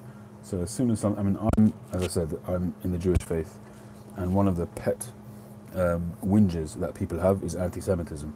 And they bring up the Holocaust, and they bring up all the terrible history that the Jewish people have had. Good night, Malcolm, cheers. And they, you know, that's one of the pet whinges that people have, and for good reason. Obviously, it was a terrible part of history, but sometimes it just goes too far, and people just jump on that bandwagon and say, you know, you're not going to do this to me because I went through that in my history. And I just think that, you know, as an Englishman, I think the country should be English. It should stand for itself, be a Christian country, and have some values. I respect your value, but this is the country, and this is the values in this country. You can practice your religion. I'm not going to in any way impede you, but just respect and recognize that this is an English Christian country. That's what I understand.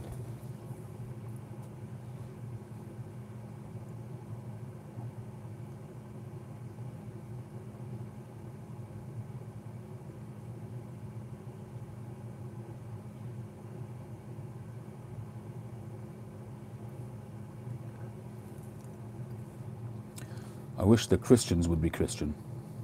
I think that sums it up.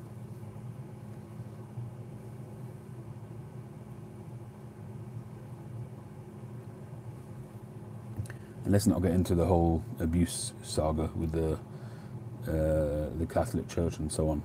You got rotten apples in every religion. There's people who are abusing the Jewish religion as well. It's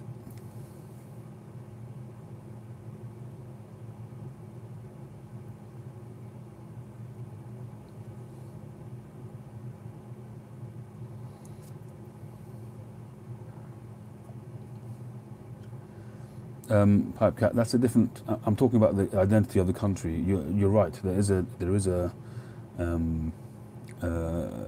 it's a good question what you say, Christian in practice or Christian in ethics. I think when you say Christian in practice, you mean by being a decent human being, if that's what you mean, and following the Christian religion and practicing it, and then yes, we all should behave in a way which is ethical, and we're kind of mixing the two together here in practice and ethics. But Christian in practice means, I would have thought, practicing the ethics of Christianity. A person can be ethical without religion, that's true. I had this discussion with Stephen when I was there up with him.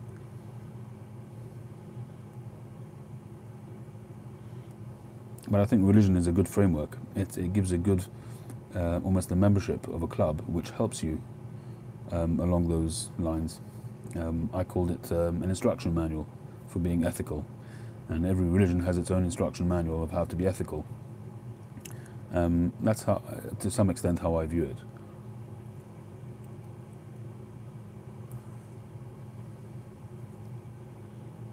Well, that could go both ways, Quaker. I would say I'm quite happy to go for a religious state where the political decisions are separate from the religious ones. The country's identity in terms of its religion can be a religion, in this country the Christian religion, but the legal system should be a legal system, not a religious one. I'm all for that.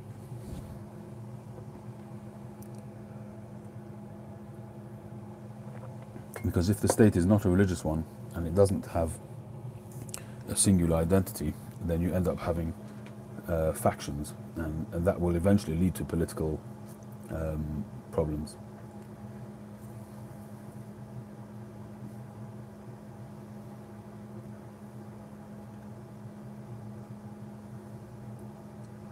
Right. Yeah, no, I understand that, and I would agree with that to some extent. I come apart a little bit in my argument because as a religious person myself, I would want my children to go to a school which practices the religion of which I'm a member.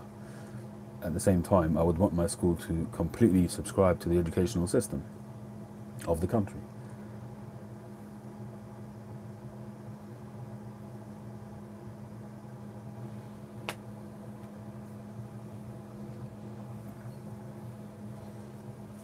It's a very very difficult topic because, as I said, I've got a very keen interest in education, and the two are very deeply embedded in each other. And I do think that in this country, Ofsted has lost its way, and the government has lost its way, and it's struggling to find a way to have a universal educational system whilst still respecting the religions. The country is still, in name, a Christian country, and the vast majority of schools are Catholic-based schools, as far as I know. So there's always going to be stresses between the two, between the political system and the religious system. What I've seen in my own experience, in my involvement in schools, not just Jewish schools, I've been to non-Jewish schools as well, and I think that for the most part, and again, setting aside the whole story about extremism that there was in the news a year or two ago, that's a different topic, but I think that religious schools, because of their obedience and their membership of a structure, it helps in the educational system. And generally speaking, in this country, religious schools do better than non-religious schools in the tables.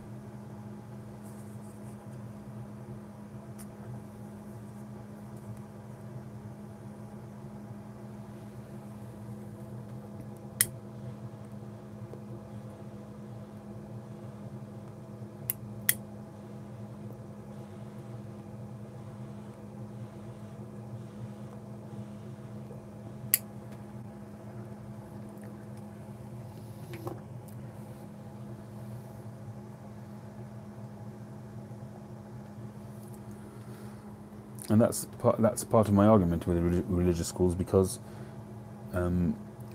people who are brought up within a religious framework, some people call it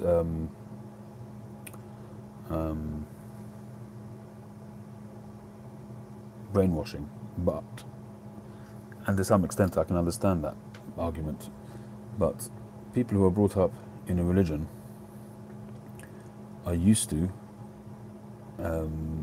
guidelines. They're used to limits. They're used to things being off limit, and therefore their brains are more, and their whole approach to education and approach to life is one of deference, and they're used to deferring and honouring and respecting, whether it's the hierarchy in their religion or whether it's the members of the cloth. They're used to that whole idea of authority.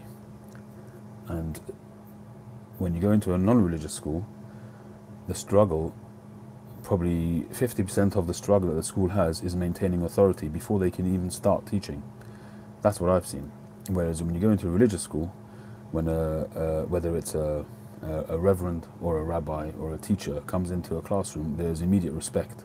It's because that's imbued at home already. And religion has a certain, it commands respect, and it just makes teaching easier.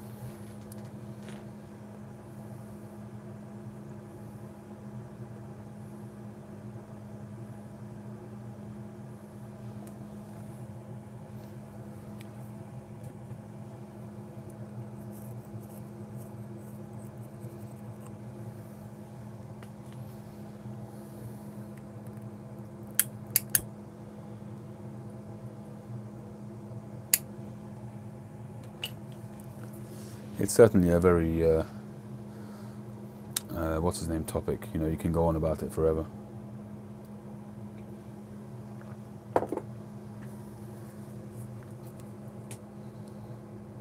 With all of that, with all my strong opinions when it comes to religion, I still recognise that it has disadvantages. And a lot of the meddling that Ofsted is doing with schools at the moment is purely because of, as a knee-jerk reaction to the extremism they found in schools up in wherever it was. Was it Leeds? I'm not sure. But they found the Islamic extremism being taught in schools, and as a knee-jerk reaction, they have started meddling with the way schools are run. And rather than meddling with schools which are working well, they should be looking more at somehow ensuring that extremism is not taught, and that there's more perhaps integration with people of different faiths. That I recognise.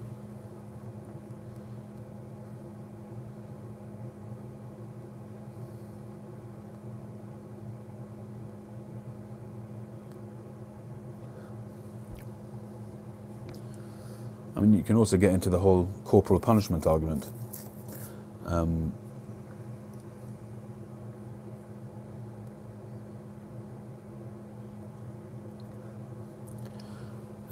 Mr. Shan, yeah, but that's a different matter. You're talking about teaching it as a subject. So you've got history, philosophy, and religion. That's more of a academic approach to religion. It's not the religion itself.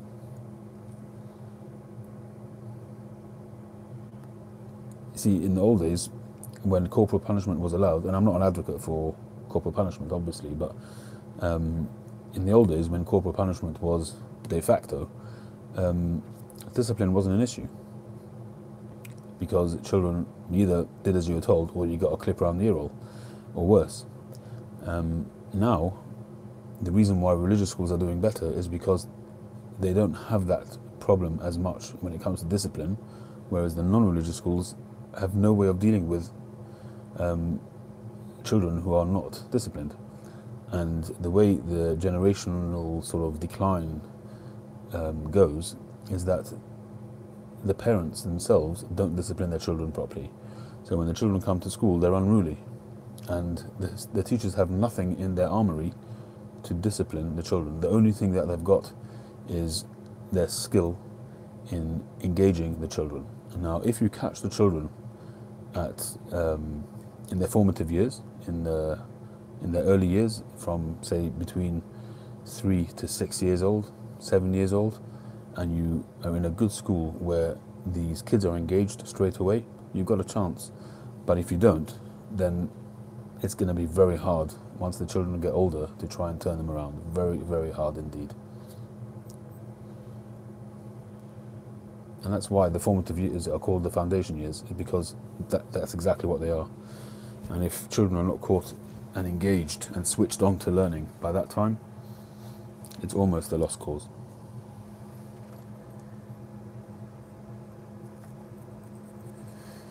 The teacher can't instruct the parents, although a lot of schools, and it's one of my bugbears as well, is that the government is putting so much on the schools and almost making the schools responsible for society. And there's a limit to how much schools can do in the time that they've got and with the funds that they've got.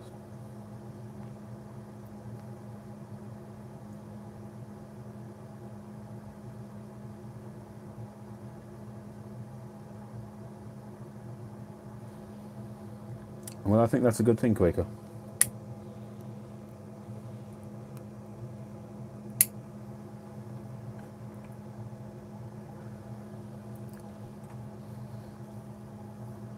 Do you mean 3 a.m., Paul?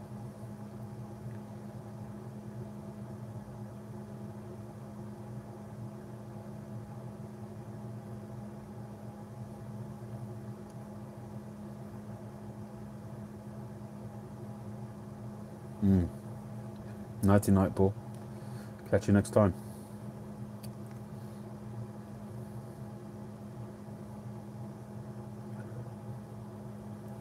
Yeah, it definitely is a slippery slope, Pipe Cat. Are you in the UK, Pipe Cat?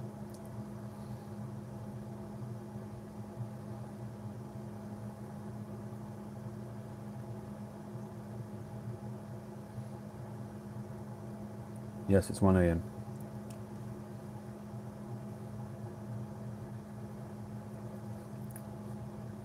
All right. Corporal punishment is I remember I once had a chat with a rabbi about that, about corporal punishment. And in the Jewish faith, there is a belief that corporal punishment, there is a saying in the ethics that says that a person who withholds the cane is being cruel. It hates his son.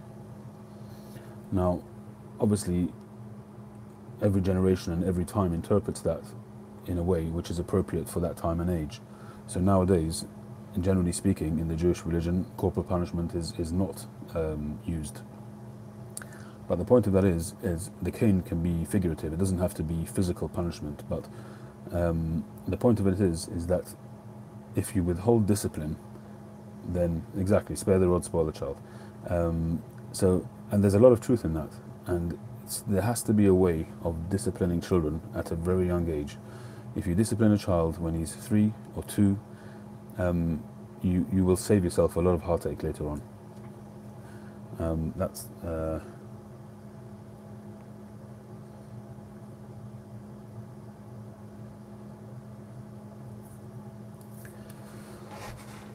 Well, I don't think the old Russian army is really going to set examples here of how to treat people, but I'm not going to get into that one either.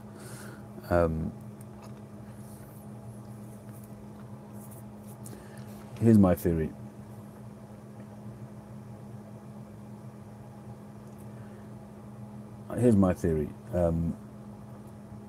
Although I don't practice it, but when I first got married and had my first couple of kids, I really thought long and hard about that, whether I would smack my children or not. And I have to say that in my early years of marriage, and when my kids were somewhere between the ages of between 4 and 6 and 7, I did. I haven't hit one of my children. I have children now aging between 25 and 4 years old. I probably haven't hit any of my children for the last 15 years or more, even the younger ones, because you get to a certain age and you just can't do it anymore. But this is my theory. When you have a 2-year-old or a 3-year-old child, you know, there was a famous story where there was some perverted nutter who said, "Give me any child from birth and I will turn him into anything you want." And that's true. After a child is born, when a child starts to understand and starts to communicate, the child is a sponge, the brain is a sponge, and up until the age of 7, 8 or 9, the brain is physically still developing, physically, never mind mentally, which continues on up until the 20s, but there's physical, scientifically proved physical development going on in the brain. And if you condition a child at that age, then you have a chance.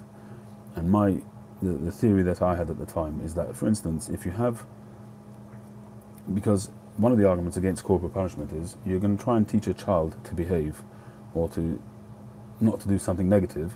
By doing something negative yourself, you're striking a child. Now, how can you teach a child not to misbehave when you are misbehaving yourself? That's the classic argument against corporal punishment. So it's hypocrisy. You're teaching a child, I'm going to do it, but you're not allowed to do it. And that's really just confusing the child. And later on in life, it may well come to bite you. But my theory was slightly different. That if you have a 2-year-old child who's not yet talking properly, and doesn't have a full comprehension of the world, which he wouldn't at 2 years old, and goes to a naked flame, hasn't touched the naked flame yet, and hasn't felt the heat and the burning sensation. So you give him a quick rap on his knuckles, don't touch that. He won't do that again, when you hope he wouldn't do that again. Now, obviously, there's a difference between corporal punishment with control compared to corporal punishment where you just lash out in anger. That's obviously completely out of the question. You know, any person, yes, you do sometimes have to touch the flame, but that flame could just be me tapping you on the hand rather than you touching the flame itself. The flame can be figurative, and it can be a way of demonstrating to the child that doing a certain thing is a negative experience. When a child is 2, and you give him a little rap on the knuckles, and you make sure that he understands that he's done something bad, and if you have a thought-through process. I remember in school there was, I was kind of starting to say this before, there was a rabbi who said that in those days, going back 30 years when corporal punishment was the norm, and teachers would literally knock the living daylights out of kids, he said that his approach was completely different.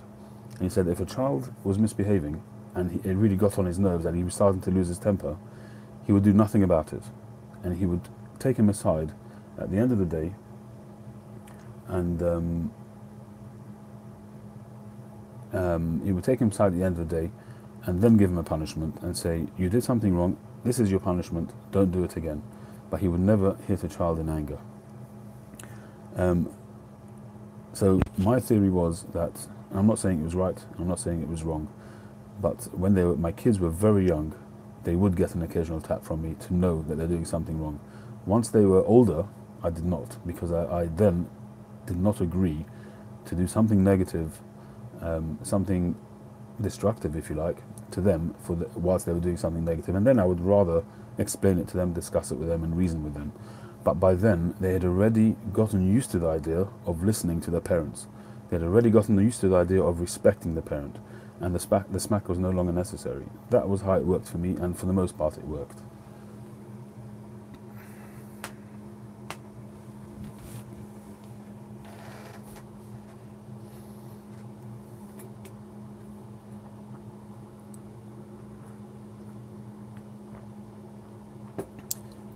The bottom line is, if it was done in a sensible way, in a structured way, it was a shortcut to discipline. That's really what it was.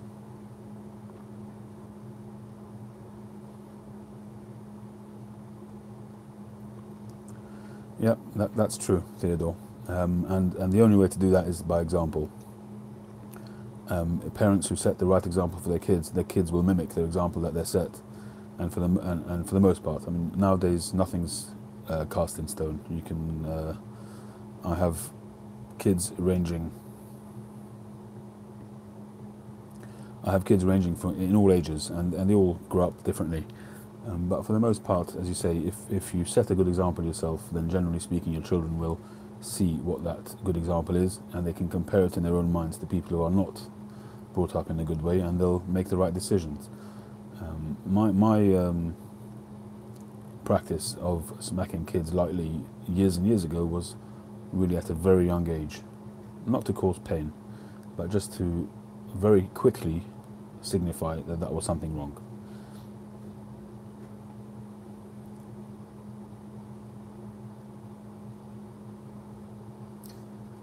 No, I agree with you there, Shrekken. By then it's too late. Once they're 6 or 10, it's too late. The kids have to be engaged when they are 3 and 4 and 5 in the reception years. And that's the problem. The teachers nowadays are completely helpless. They have nothing that they can do to discipline a child. Absolutely nothing. You know, you can't even, I mean, you can't put a kid in a corner, you can't, I'm not saying that's a good thing either, but there's nothing that they can do these days. You know, they can almost apologize to a child when they tell them off, you know, it's ridiculous.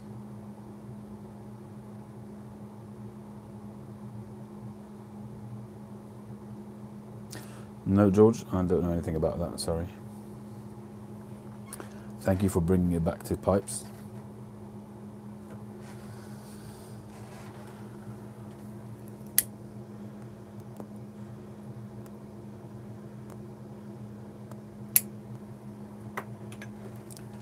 No, I've never beaten a child. I never would.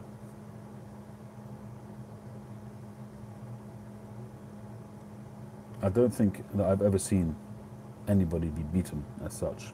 It's not like the old days where some old geezer would take out his frustrations, which were pent up in his private life possibly, on a youngster.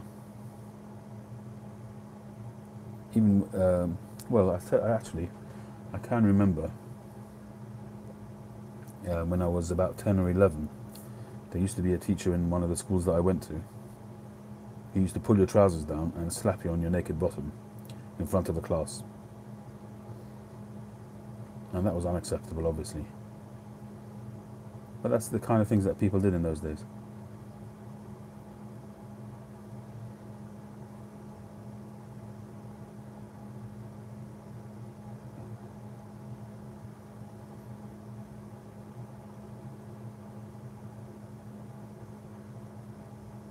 French teacher as well. Mr. Grant, his name was.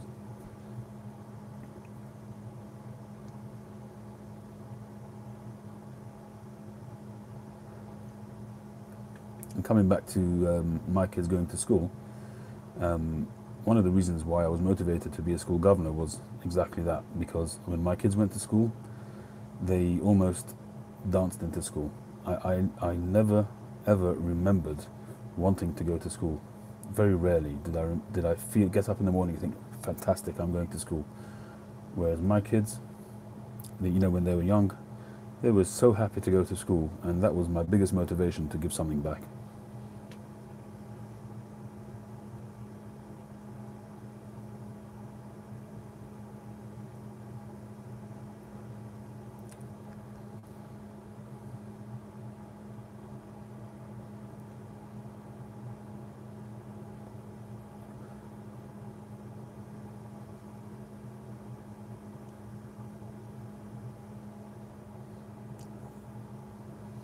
Joe, are you still on, Joe?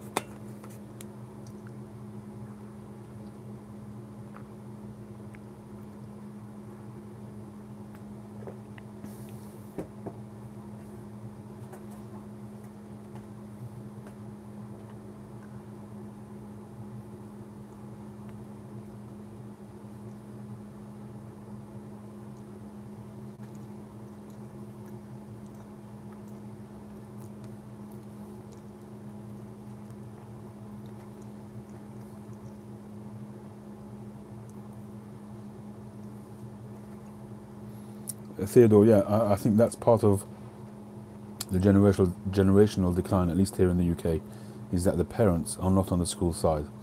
You'll have a parent steaming up to school when his little Tommy comes home and says, this teacher shouted at me, or this teacher did something wrong with me, and the parents will come the next day without actually discussing the matter. They'll just fully accept what their child said and take it out on the teacher. And that's because the parents are not reinforcing the educational system and a disciplinarian system. The teachers are just, you know, they have nothing in there to back them up.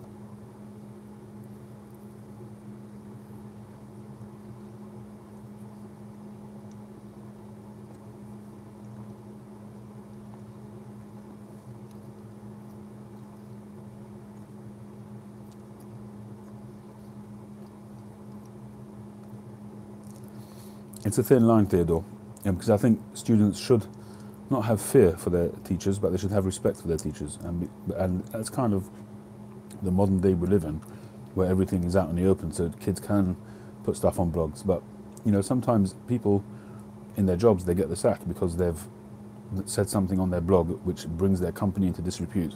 And those sackings have been upheld. It's because, you know, people just are so critical about people without actually dealing with it. You know, if a child had a problem with the school, they should discuss it with their parents, and their parents should discuss it with the school and work it through.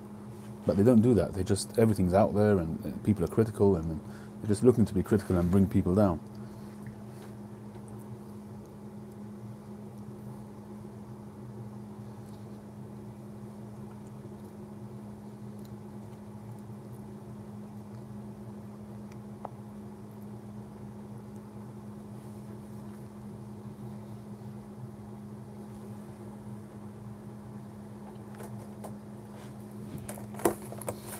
Homework is another story as well. I mean, there's arguments for and against for homework.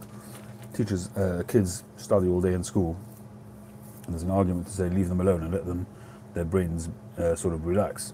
But there's an argument against that, in that kids are bored when they get home, and if they don't have stuff to do, they get up to rubbish.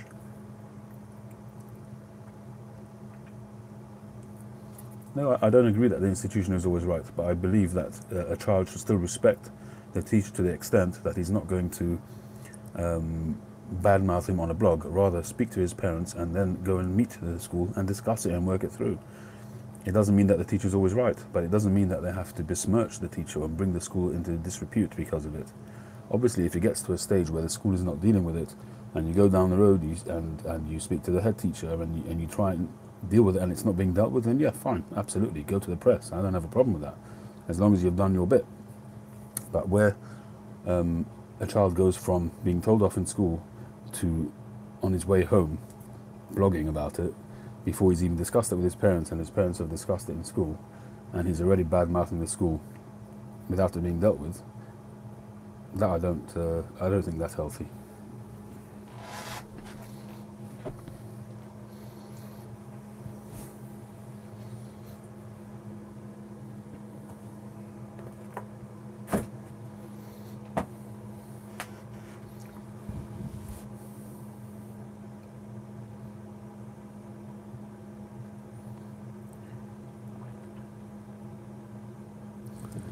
I don't know what it's like in all areas of the UK, but I don't think the problem is as heavy as that. It could be in some areas where there's a very heavy population of other cultures. It's possible, I don't know.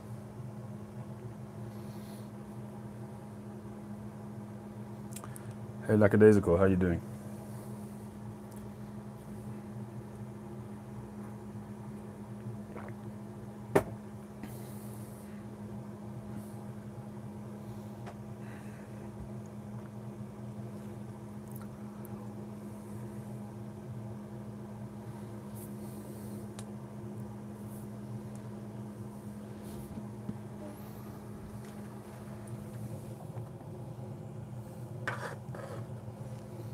Hey Kevin, how are you? We're in the middle of an educational discussion at the moment.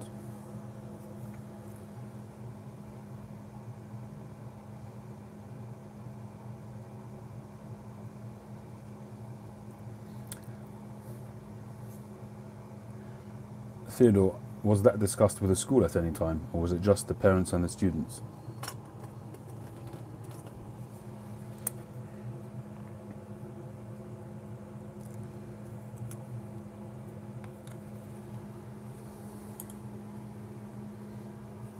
Hey Steve. Well, so what did the school do, Theodore?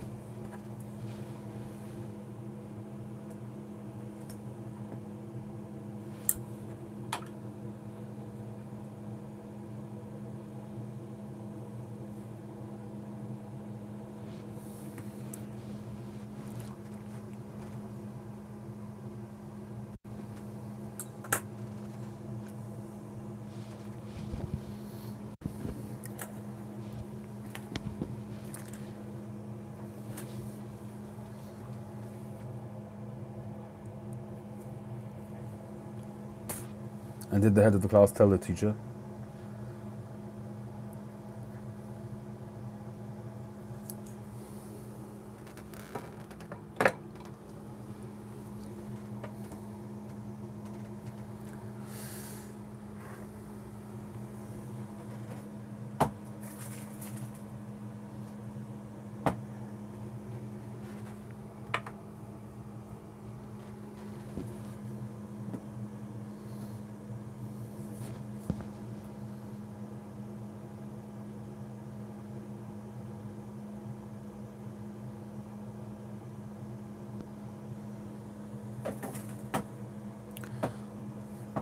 Well,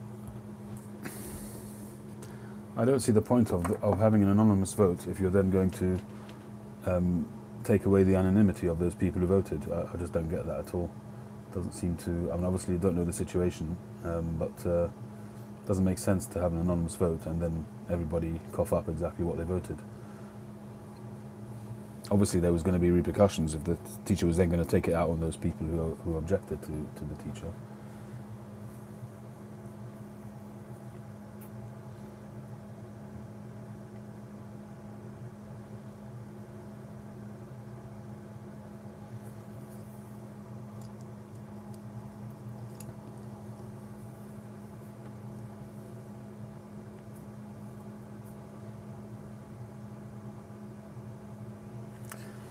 Yeah, so I mean, I don't know how it works where you are, but certainly if in the school that I was involved in, if there was a particular class that was having an issue with a teacher, and we would if somebody phoned me up as a governor and said my child is coming home, and say for argument's sake the teacher was using foul language, and that has happened in the past, then the first thing I would say to the parent is, have you spoken to the teacher? If they would say yes, then I would say, well then please go and speak to the head teacher. And if they would then say, have you spoken to the head teacher? And they would say, yes, I've spoken to the head teacher and the head teacher has done nothing about it, then I would simply phone the head teacher and say to the head teacher, what's happening with this? I want to hear about it, meet the parents, discuss it, deal with it, and then report back to me. And that's it. That would be the end of it. And if they didn't, then the head teacher would come up for a criticism and possibly action, disciplinary action. But it never came to that because there was a structure, and that's how it was dealt with. And if you haven't got a system like that, then if there isn't a hierarchy, if there isn't, the donkey, if he doesn't fear the rod, he's going to disobey. And there has to be always somebody who has somebody above them.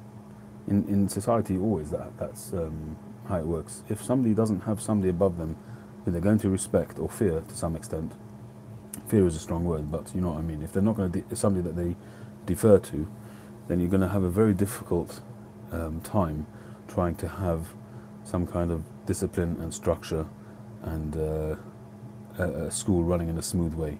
Every person on that hierarchy has to know that they're answerable to somebody else. They have to report to somebody else. If there's no reporting structure, it won't work.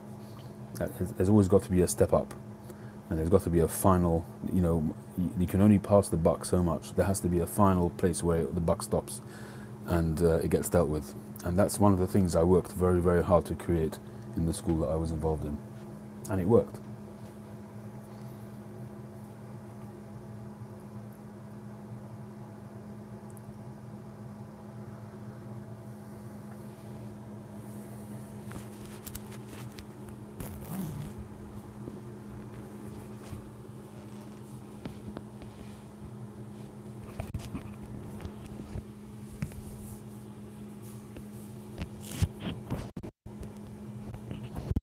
When I say hierarchy, I mean in a professional sense. I'm not talking about I'm better than you. No, I don't mean that. I mean that a student answers to a teacher answers to the head of year answers to the deputy head answers to the head, and the head answers to the governing body, and the governing body answers to the trustees. That's what I mean.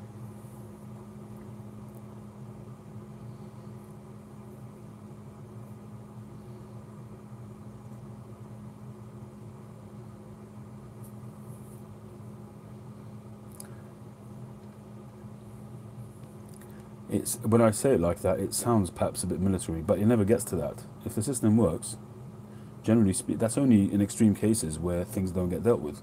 But generally speaking, it's all dealt with within the school. It does work. It sounds very draconian, but it's not. I'm talking about extreme cases where you're talking about, you gave an example where in Theodore's example where it didn't work, if there was a hierarchy, if there was a steps system where people were answerable to people above them, it would have been dealt with. But it sounds to me like in Romania, they haven't caught up with the westernized style of education yet. I'm not saying whether that's good or bad, but it's just, it seems that it's a very unilateral kind of decision-making process where there's nobody answers to anybody. As you say, the teacher is the law and that's it. And I wouldn't support that. I think that students and parents do have a voice, and they have to have a voice, because you can't have a school running roughshod over students. But if a parent or a student has an issue with the school, it should be dealt with in a systematic way, in a cooperative way. That's all. And where that doesn't work, there has to be some upper stage where you can go for action. Cheers, Joe. Remind me, I've got to still send you a bit of baccy for that first entry, your first video as well, along with that pipe. We'll be in touch with each other, no doubt.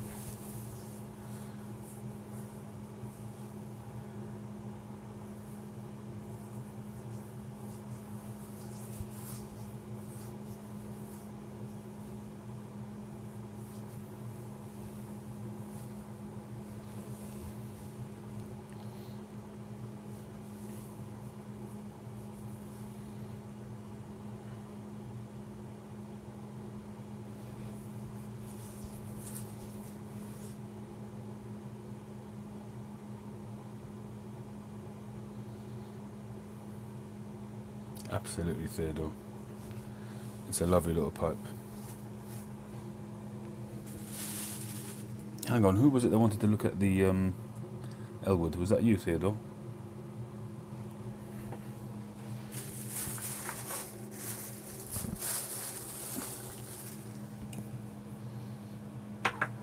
Hey, James.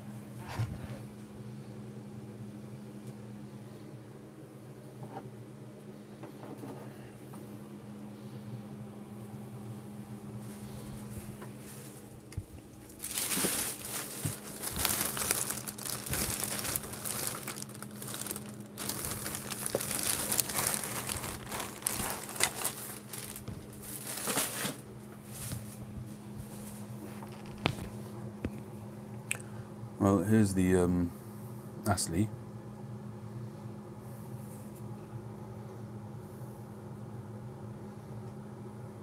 Lovely little bulldog.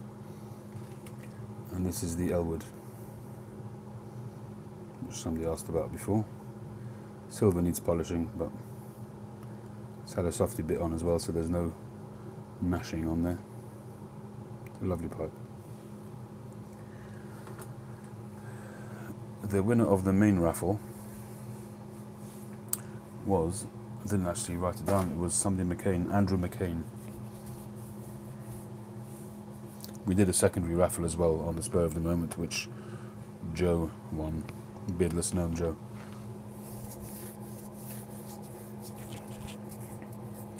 Well, up until a few minutes ago, I was smoking some Mississippi mud in that cob. And before that, I was smoking a cigar.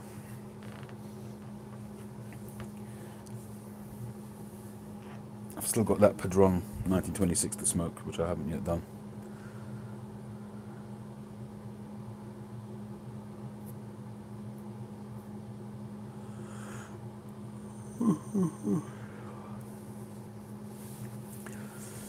Alright, people, should we call it a day, or do we want to continue?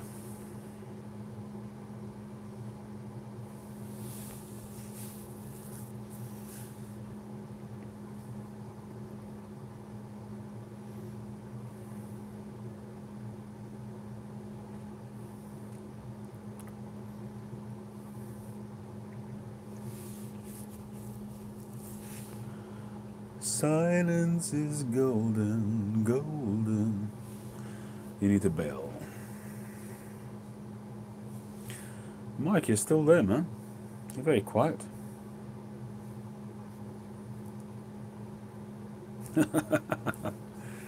No discussion.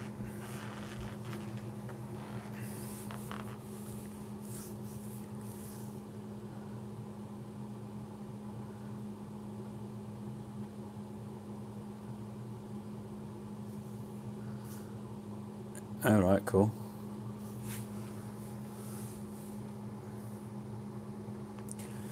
See you, Tim. Thanks very much.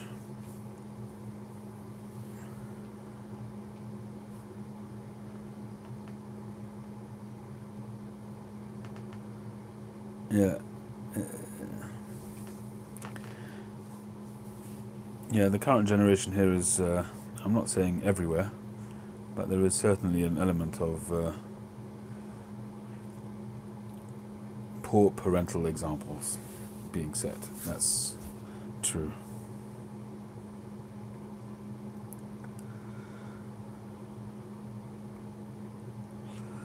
Okay, guys, anybody else want to discuss anything else before we call it a day?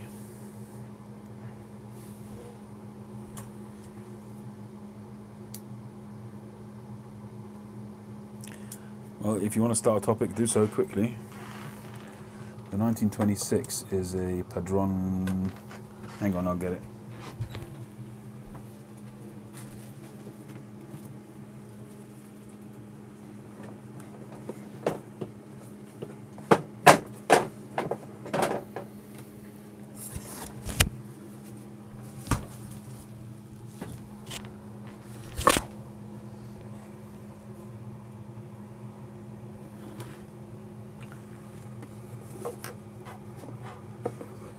Cheers, Mike. No, it's not in this one, sorry. Thanks, Piper88.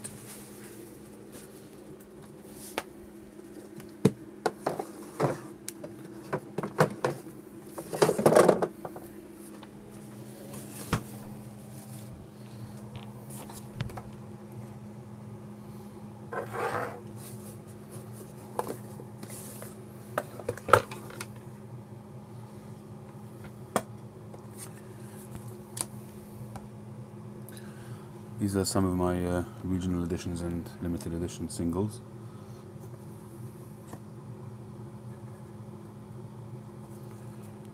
This is the Padron 1926 series, made by hand. This is the natural. They're all supposed to be pretty strong cigars, but this one is supposed to be an excellent cigar.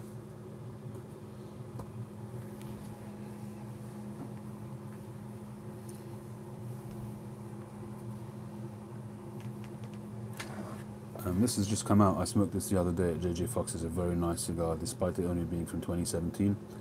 A fantastic smoke. It's a Bolivar UK regional edition from 2015, I think. This is a new release from Cuba. It's the Quai d'Orsay. 2013, Ramon Iones. Lovely smoke. At one stage, this was my favourite smoke.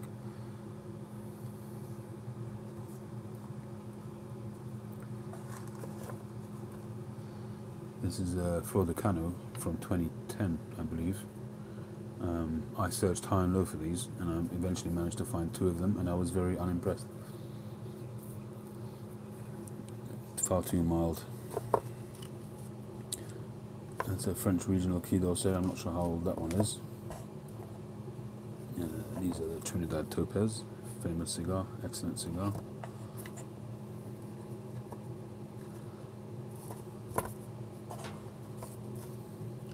(2013) Romeo and Juliet.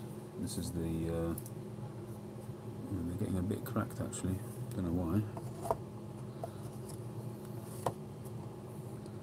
2009. I think this was called a Duke, possibly. It's supposed to be a very good cigar. No, this is. I think this is the Duke. 2005.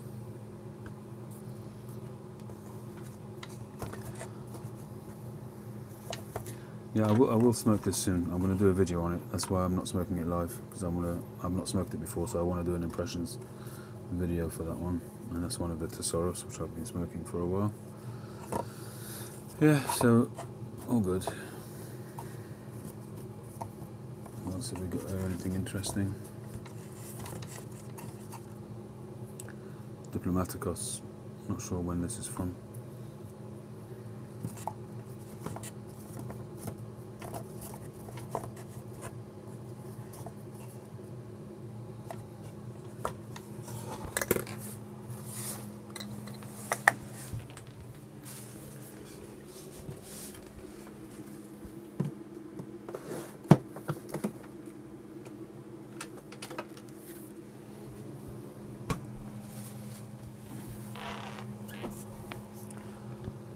This cigar I'd like to know something about. This is was gifted to me by somebody recently. It's called Draconian, Recluse Draconian. It's a monster of a cigar. It's got a really interesting shape. It's like a oval shape. Here in the UK, the Padron was quite expensive. I think it was about 20, maybe 25, 26 quid. It's a lot of money for a non-Cuban. Yeah, Diplomaticos is quite Schrecken is quite a small brand in Habanos. The number 2 is a very nice cigar, very nice Pyramidis.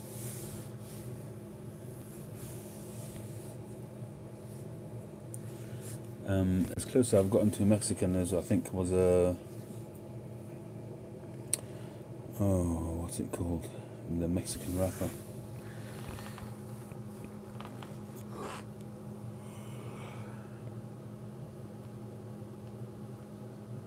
Snoop Dobby Juan. Maybe not. Tiamo, that's the one. Yeah, there was a Tiamo I had.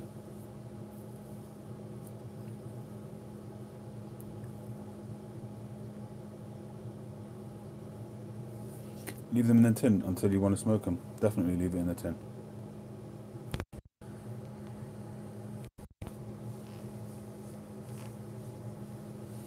Hey Pipe Tree, you're early. We're almost at the end here. We were looking for some topics to discuss. We've had a very, very diverse discussion tonight, mostly about education, or the lack thereof.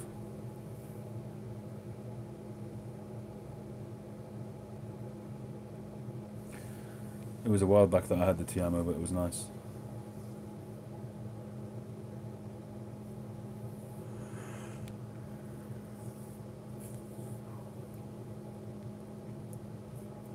Yeah, like I said earlier, the D4 has kind of eluded me. I've got some in my humidor, but I'm leaving them in there. I haven't really enjoyed them so far. It's probably just a bad batch that I've got.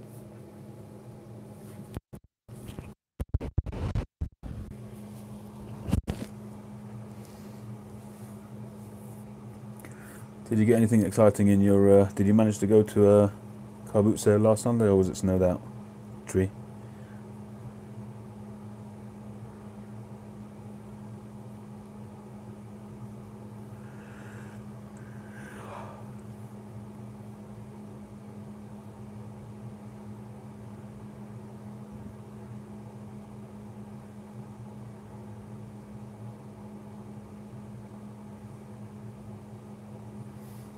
Oh, sorry to hear that.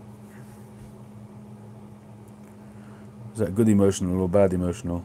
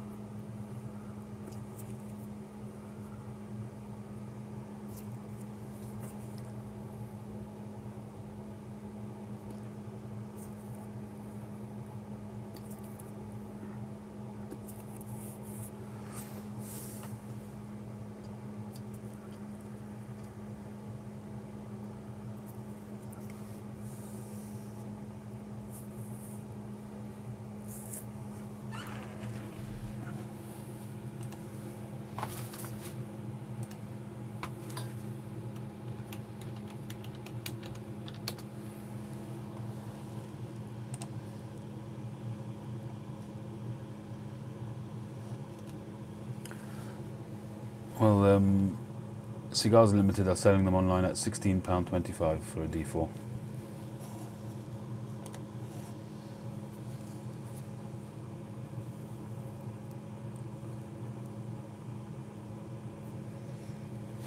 Oh, sorry, my mic went. Hang on. Okay.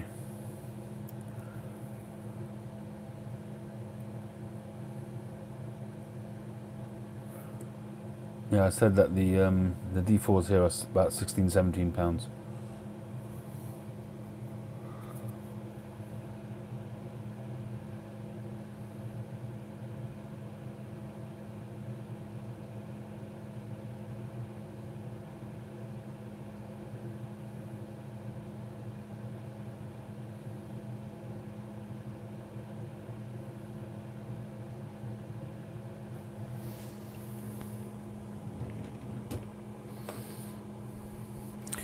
Yeah, I do enjoy some snuff from time to time. It's a bit of Wilson's of Sharrow snuff, raspberry, but the one that I have the most is the blue tin Pulse, something like that. Pushel.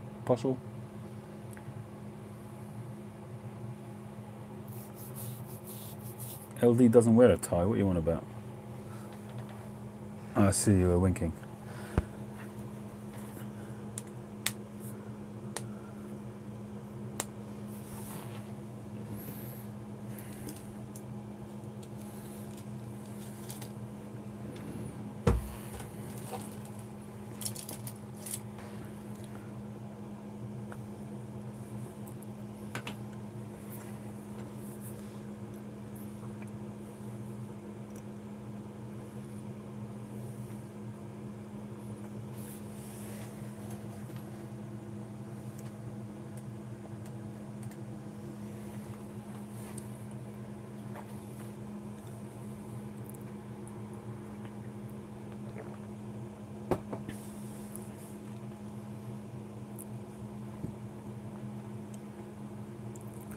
€10, that's okay, that's fair.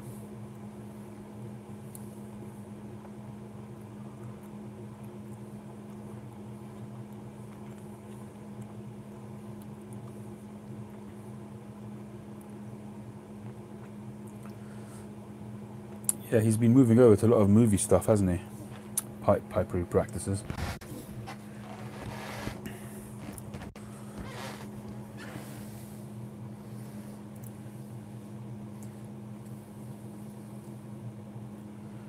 Reckon you're in whereabouts in Germany are you?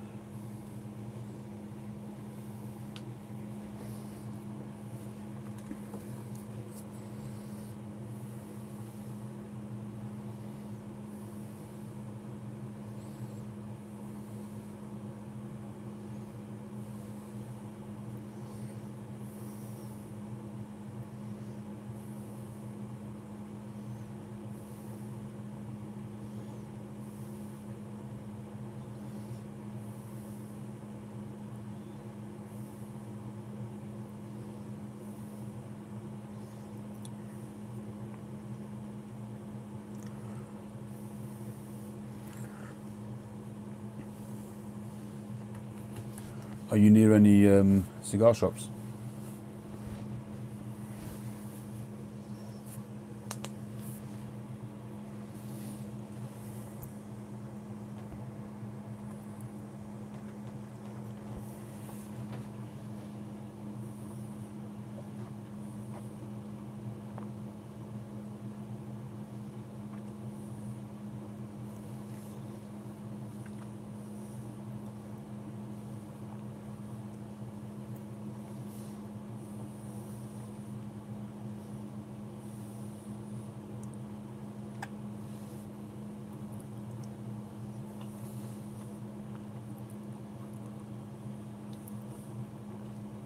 Well, maybe I can get you to buy me some cigars then.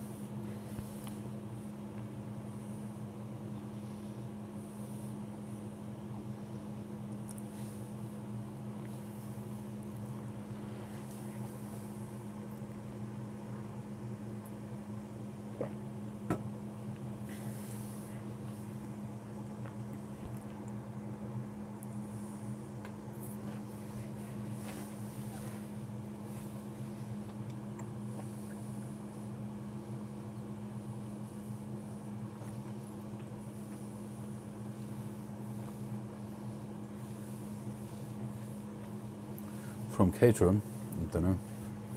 Hang on.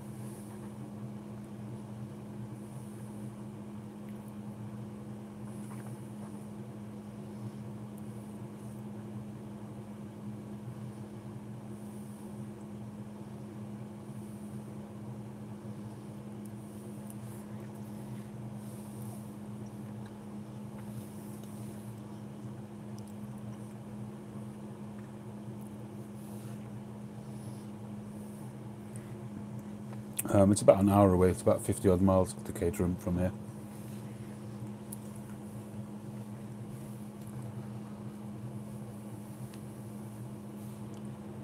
Why do you ask, Steve?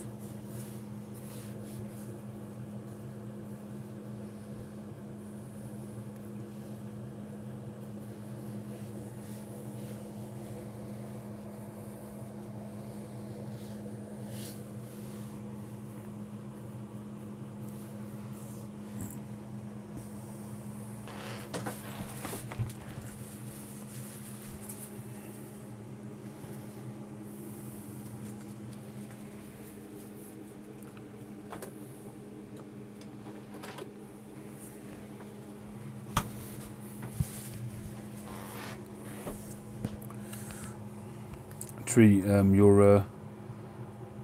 Monte Cristo Open you mentioned inspired me to get one. This is an Open Master. It must have a bit of age on it because it's got an older band. Don't know how old it is.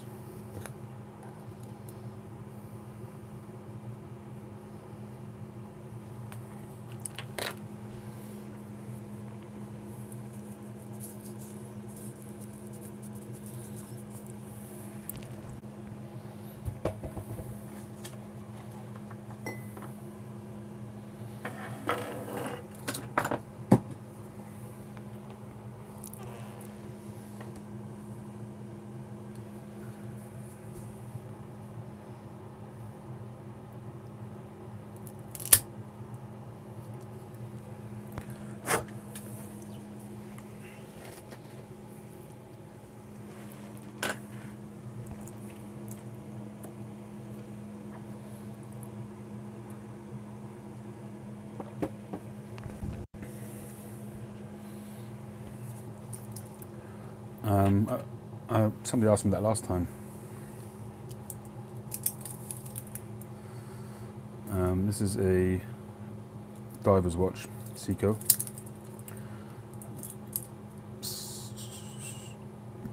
The actual model number.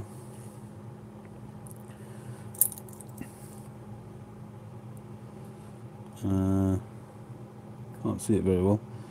It says 5M62OBLO, whatever that means. Good night, Quaker. Thanks very much. Enjoyed talking as always. It hasn't been in my humidor very long at all, Theodore.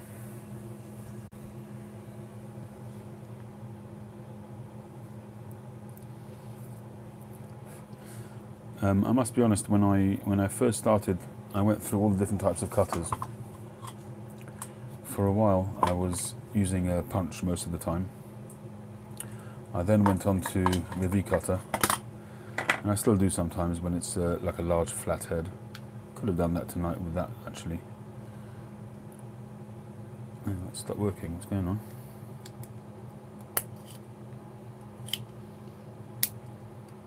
Yeah, the spring's gone on this. That's weird. I have to send that back to Calibri. So there must have been a bit of tobacco in there. Yeah.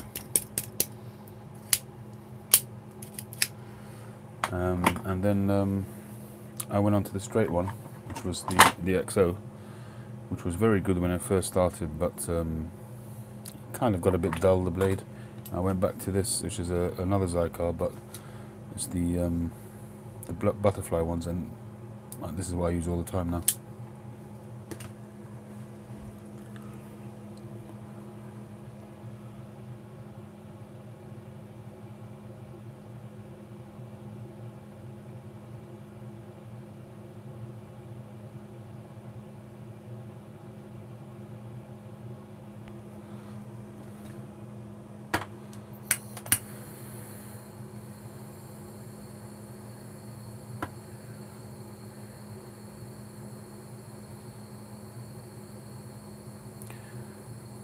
Night, Steve.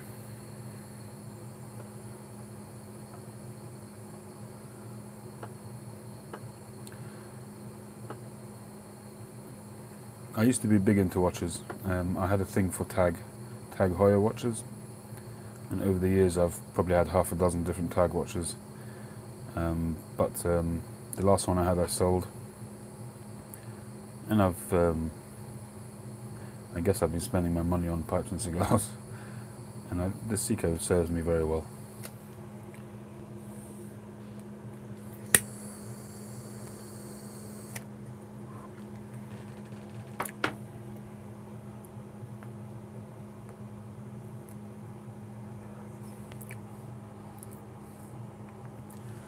I think there's a reason why these open series don't sell that well.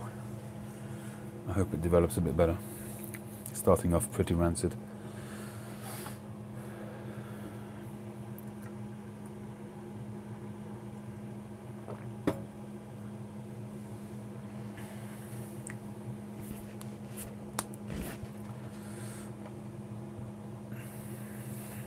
I can show you some of my watches that I do have still.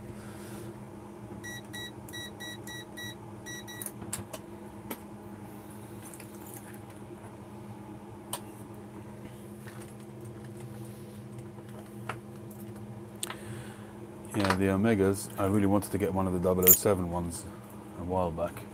I can't afford them really. I really love the Bond one. So, this is a Seiko I got, which actually my wife got me when we were courting. We bought it in Bayswater. It's a different strap, but it's a nice watch. I should really wear it again. I need to get a new battery for it. Yeah, I think I will actually get a battery for that. It's a nice watch. I've got a Casio G-Shock. And this is a Danish design automatic watch with a nice see-through back. This is a lovely watch. I wear this on special occasions. Two of my boys bought this for me for my birthday.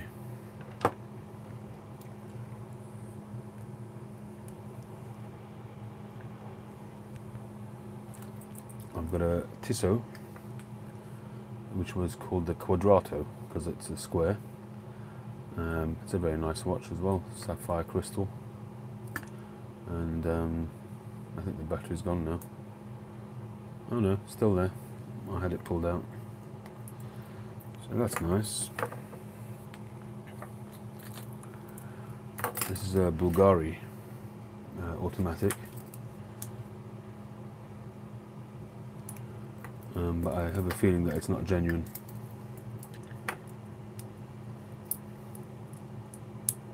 But it's a nice watch.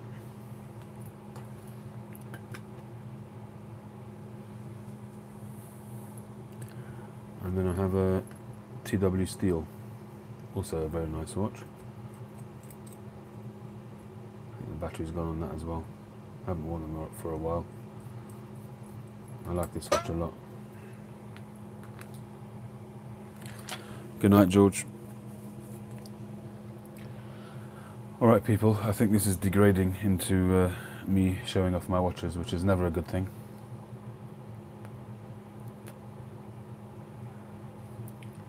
I think unless anybody has anything pressing, I think we'll call it a night. Thank you everybody for taking part once again. Thank you for taking part in the draw. Thank you for your donations. It was all very much appreciated. Congratulations to the winners. Congratulations to Andrew McCain for the main prize, and congratulations again to Joe for winning the secondary prize, which was a spur of the moment thing. Good night, Theodore. Good night, everybody. Good night, Tree. Good night, Shrekken. Good night, Pipehead. Good night, George. Good night, Jim Bob. Peace, everybody. Catch you on the next one.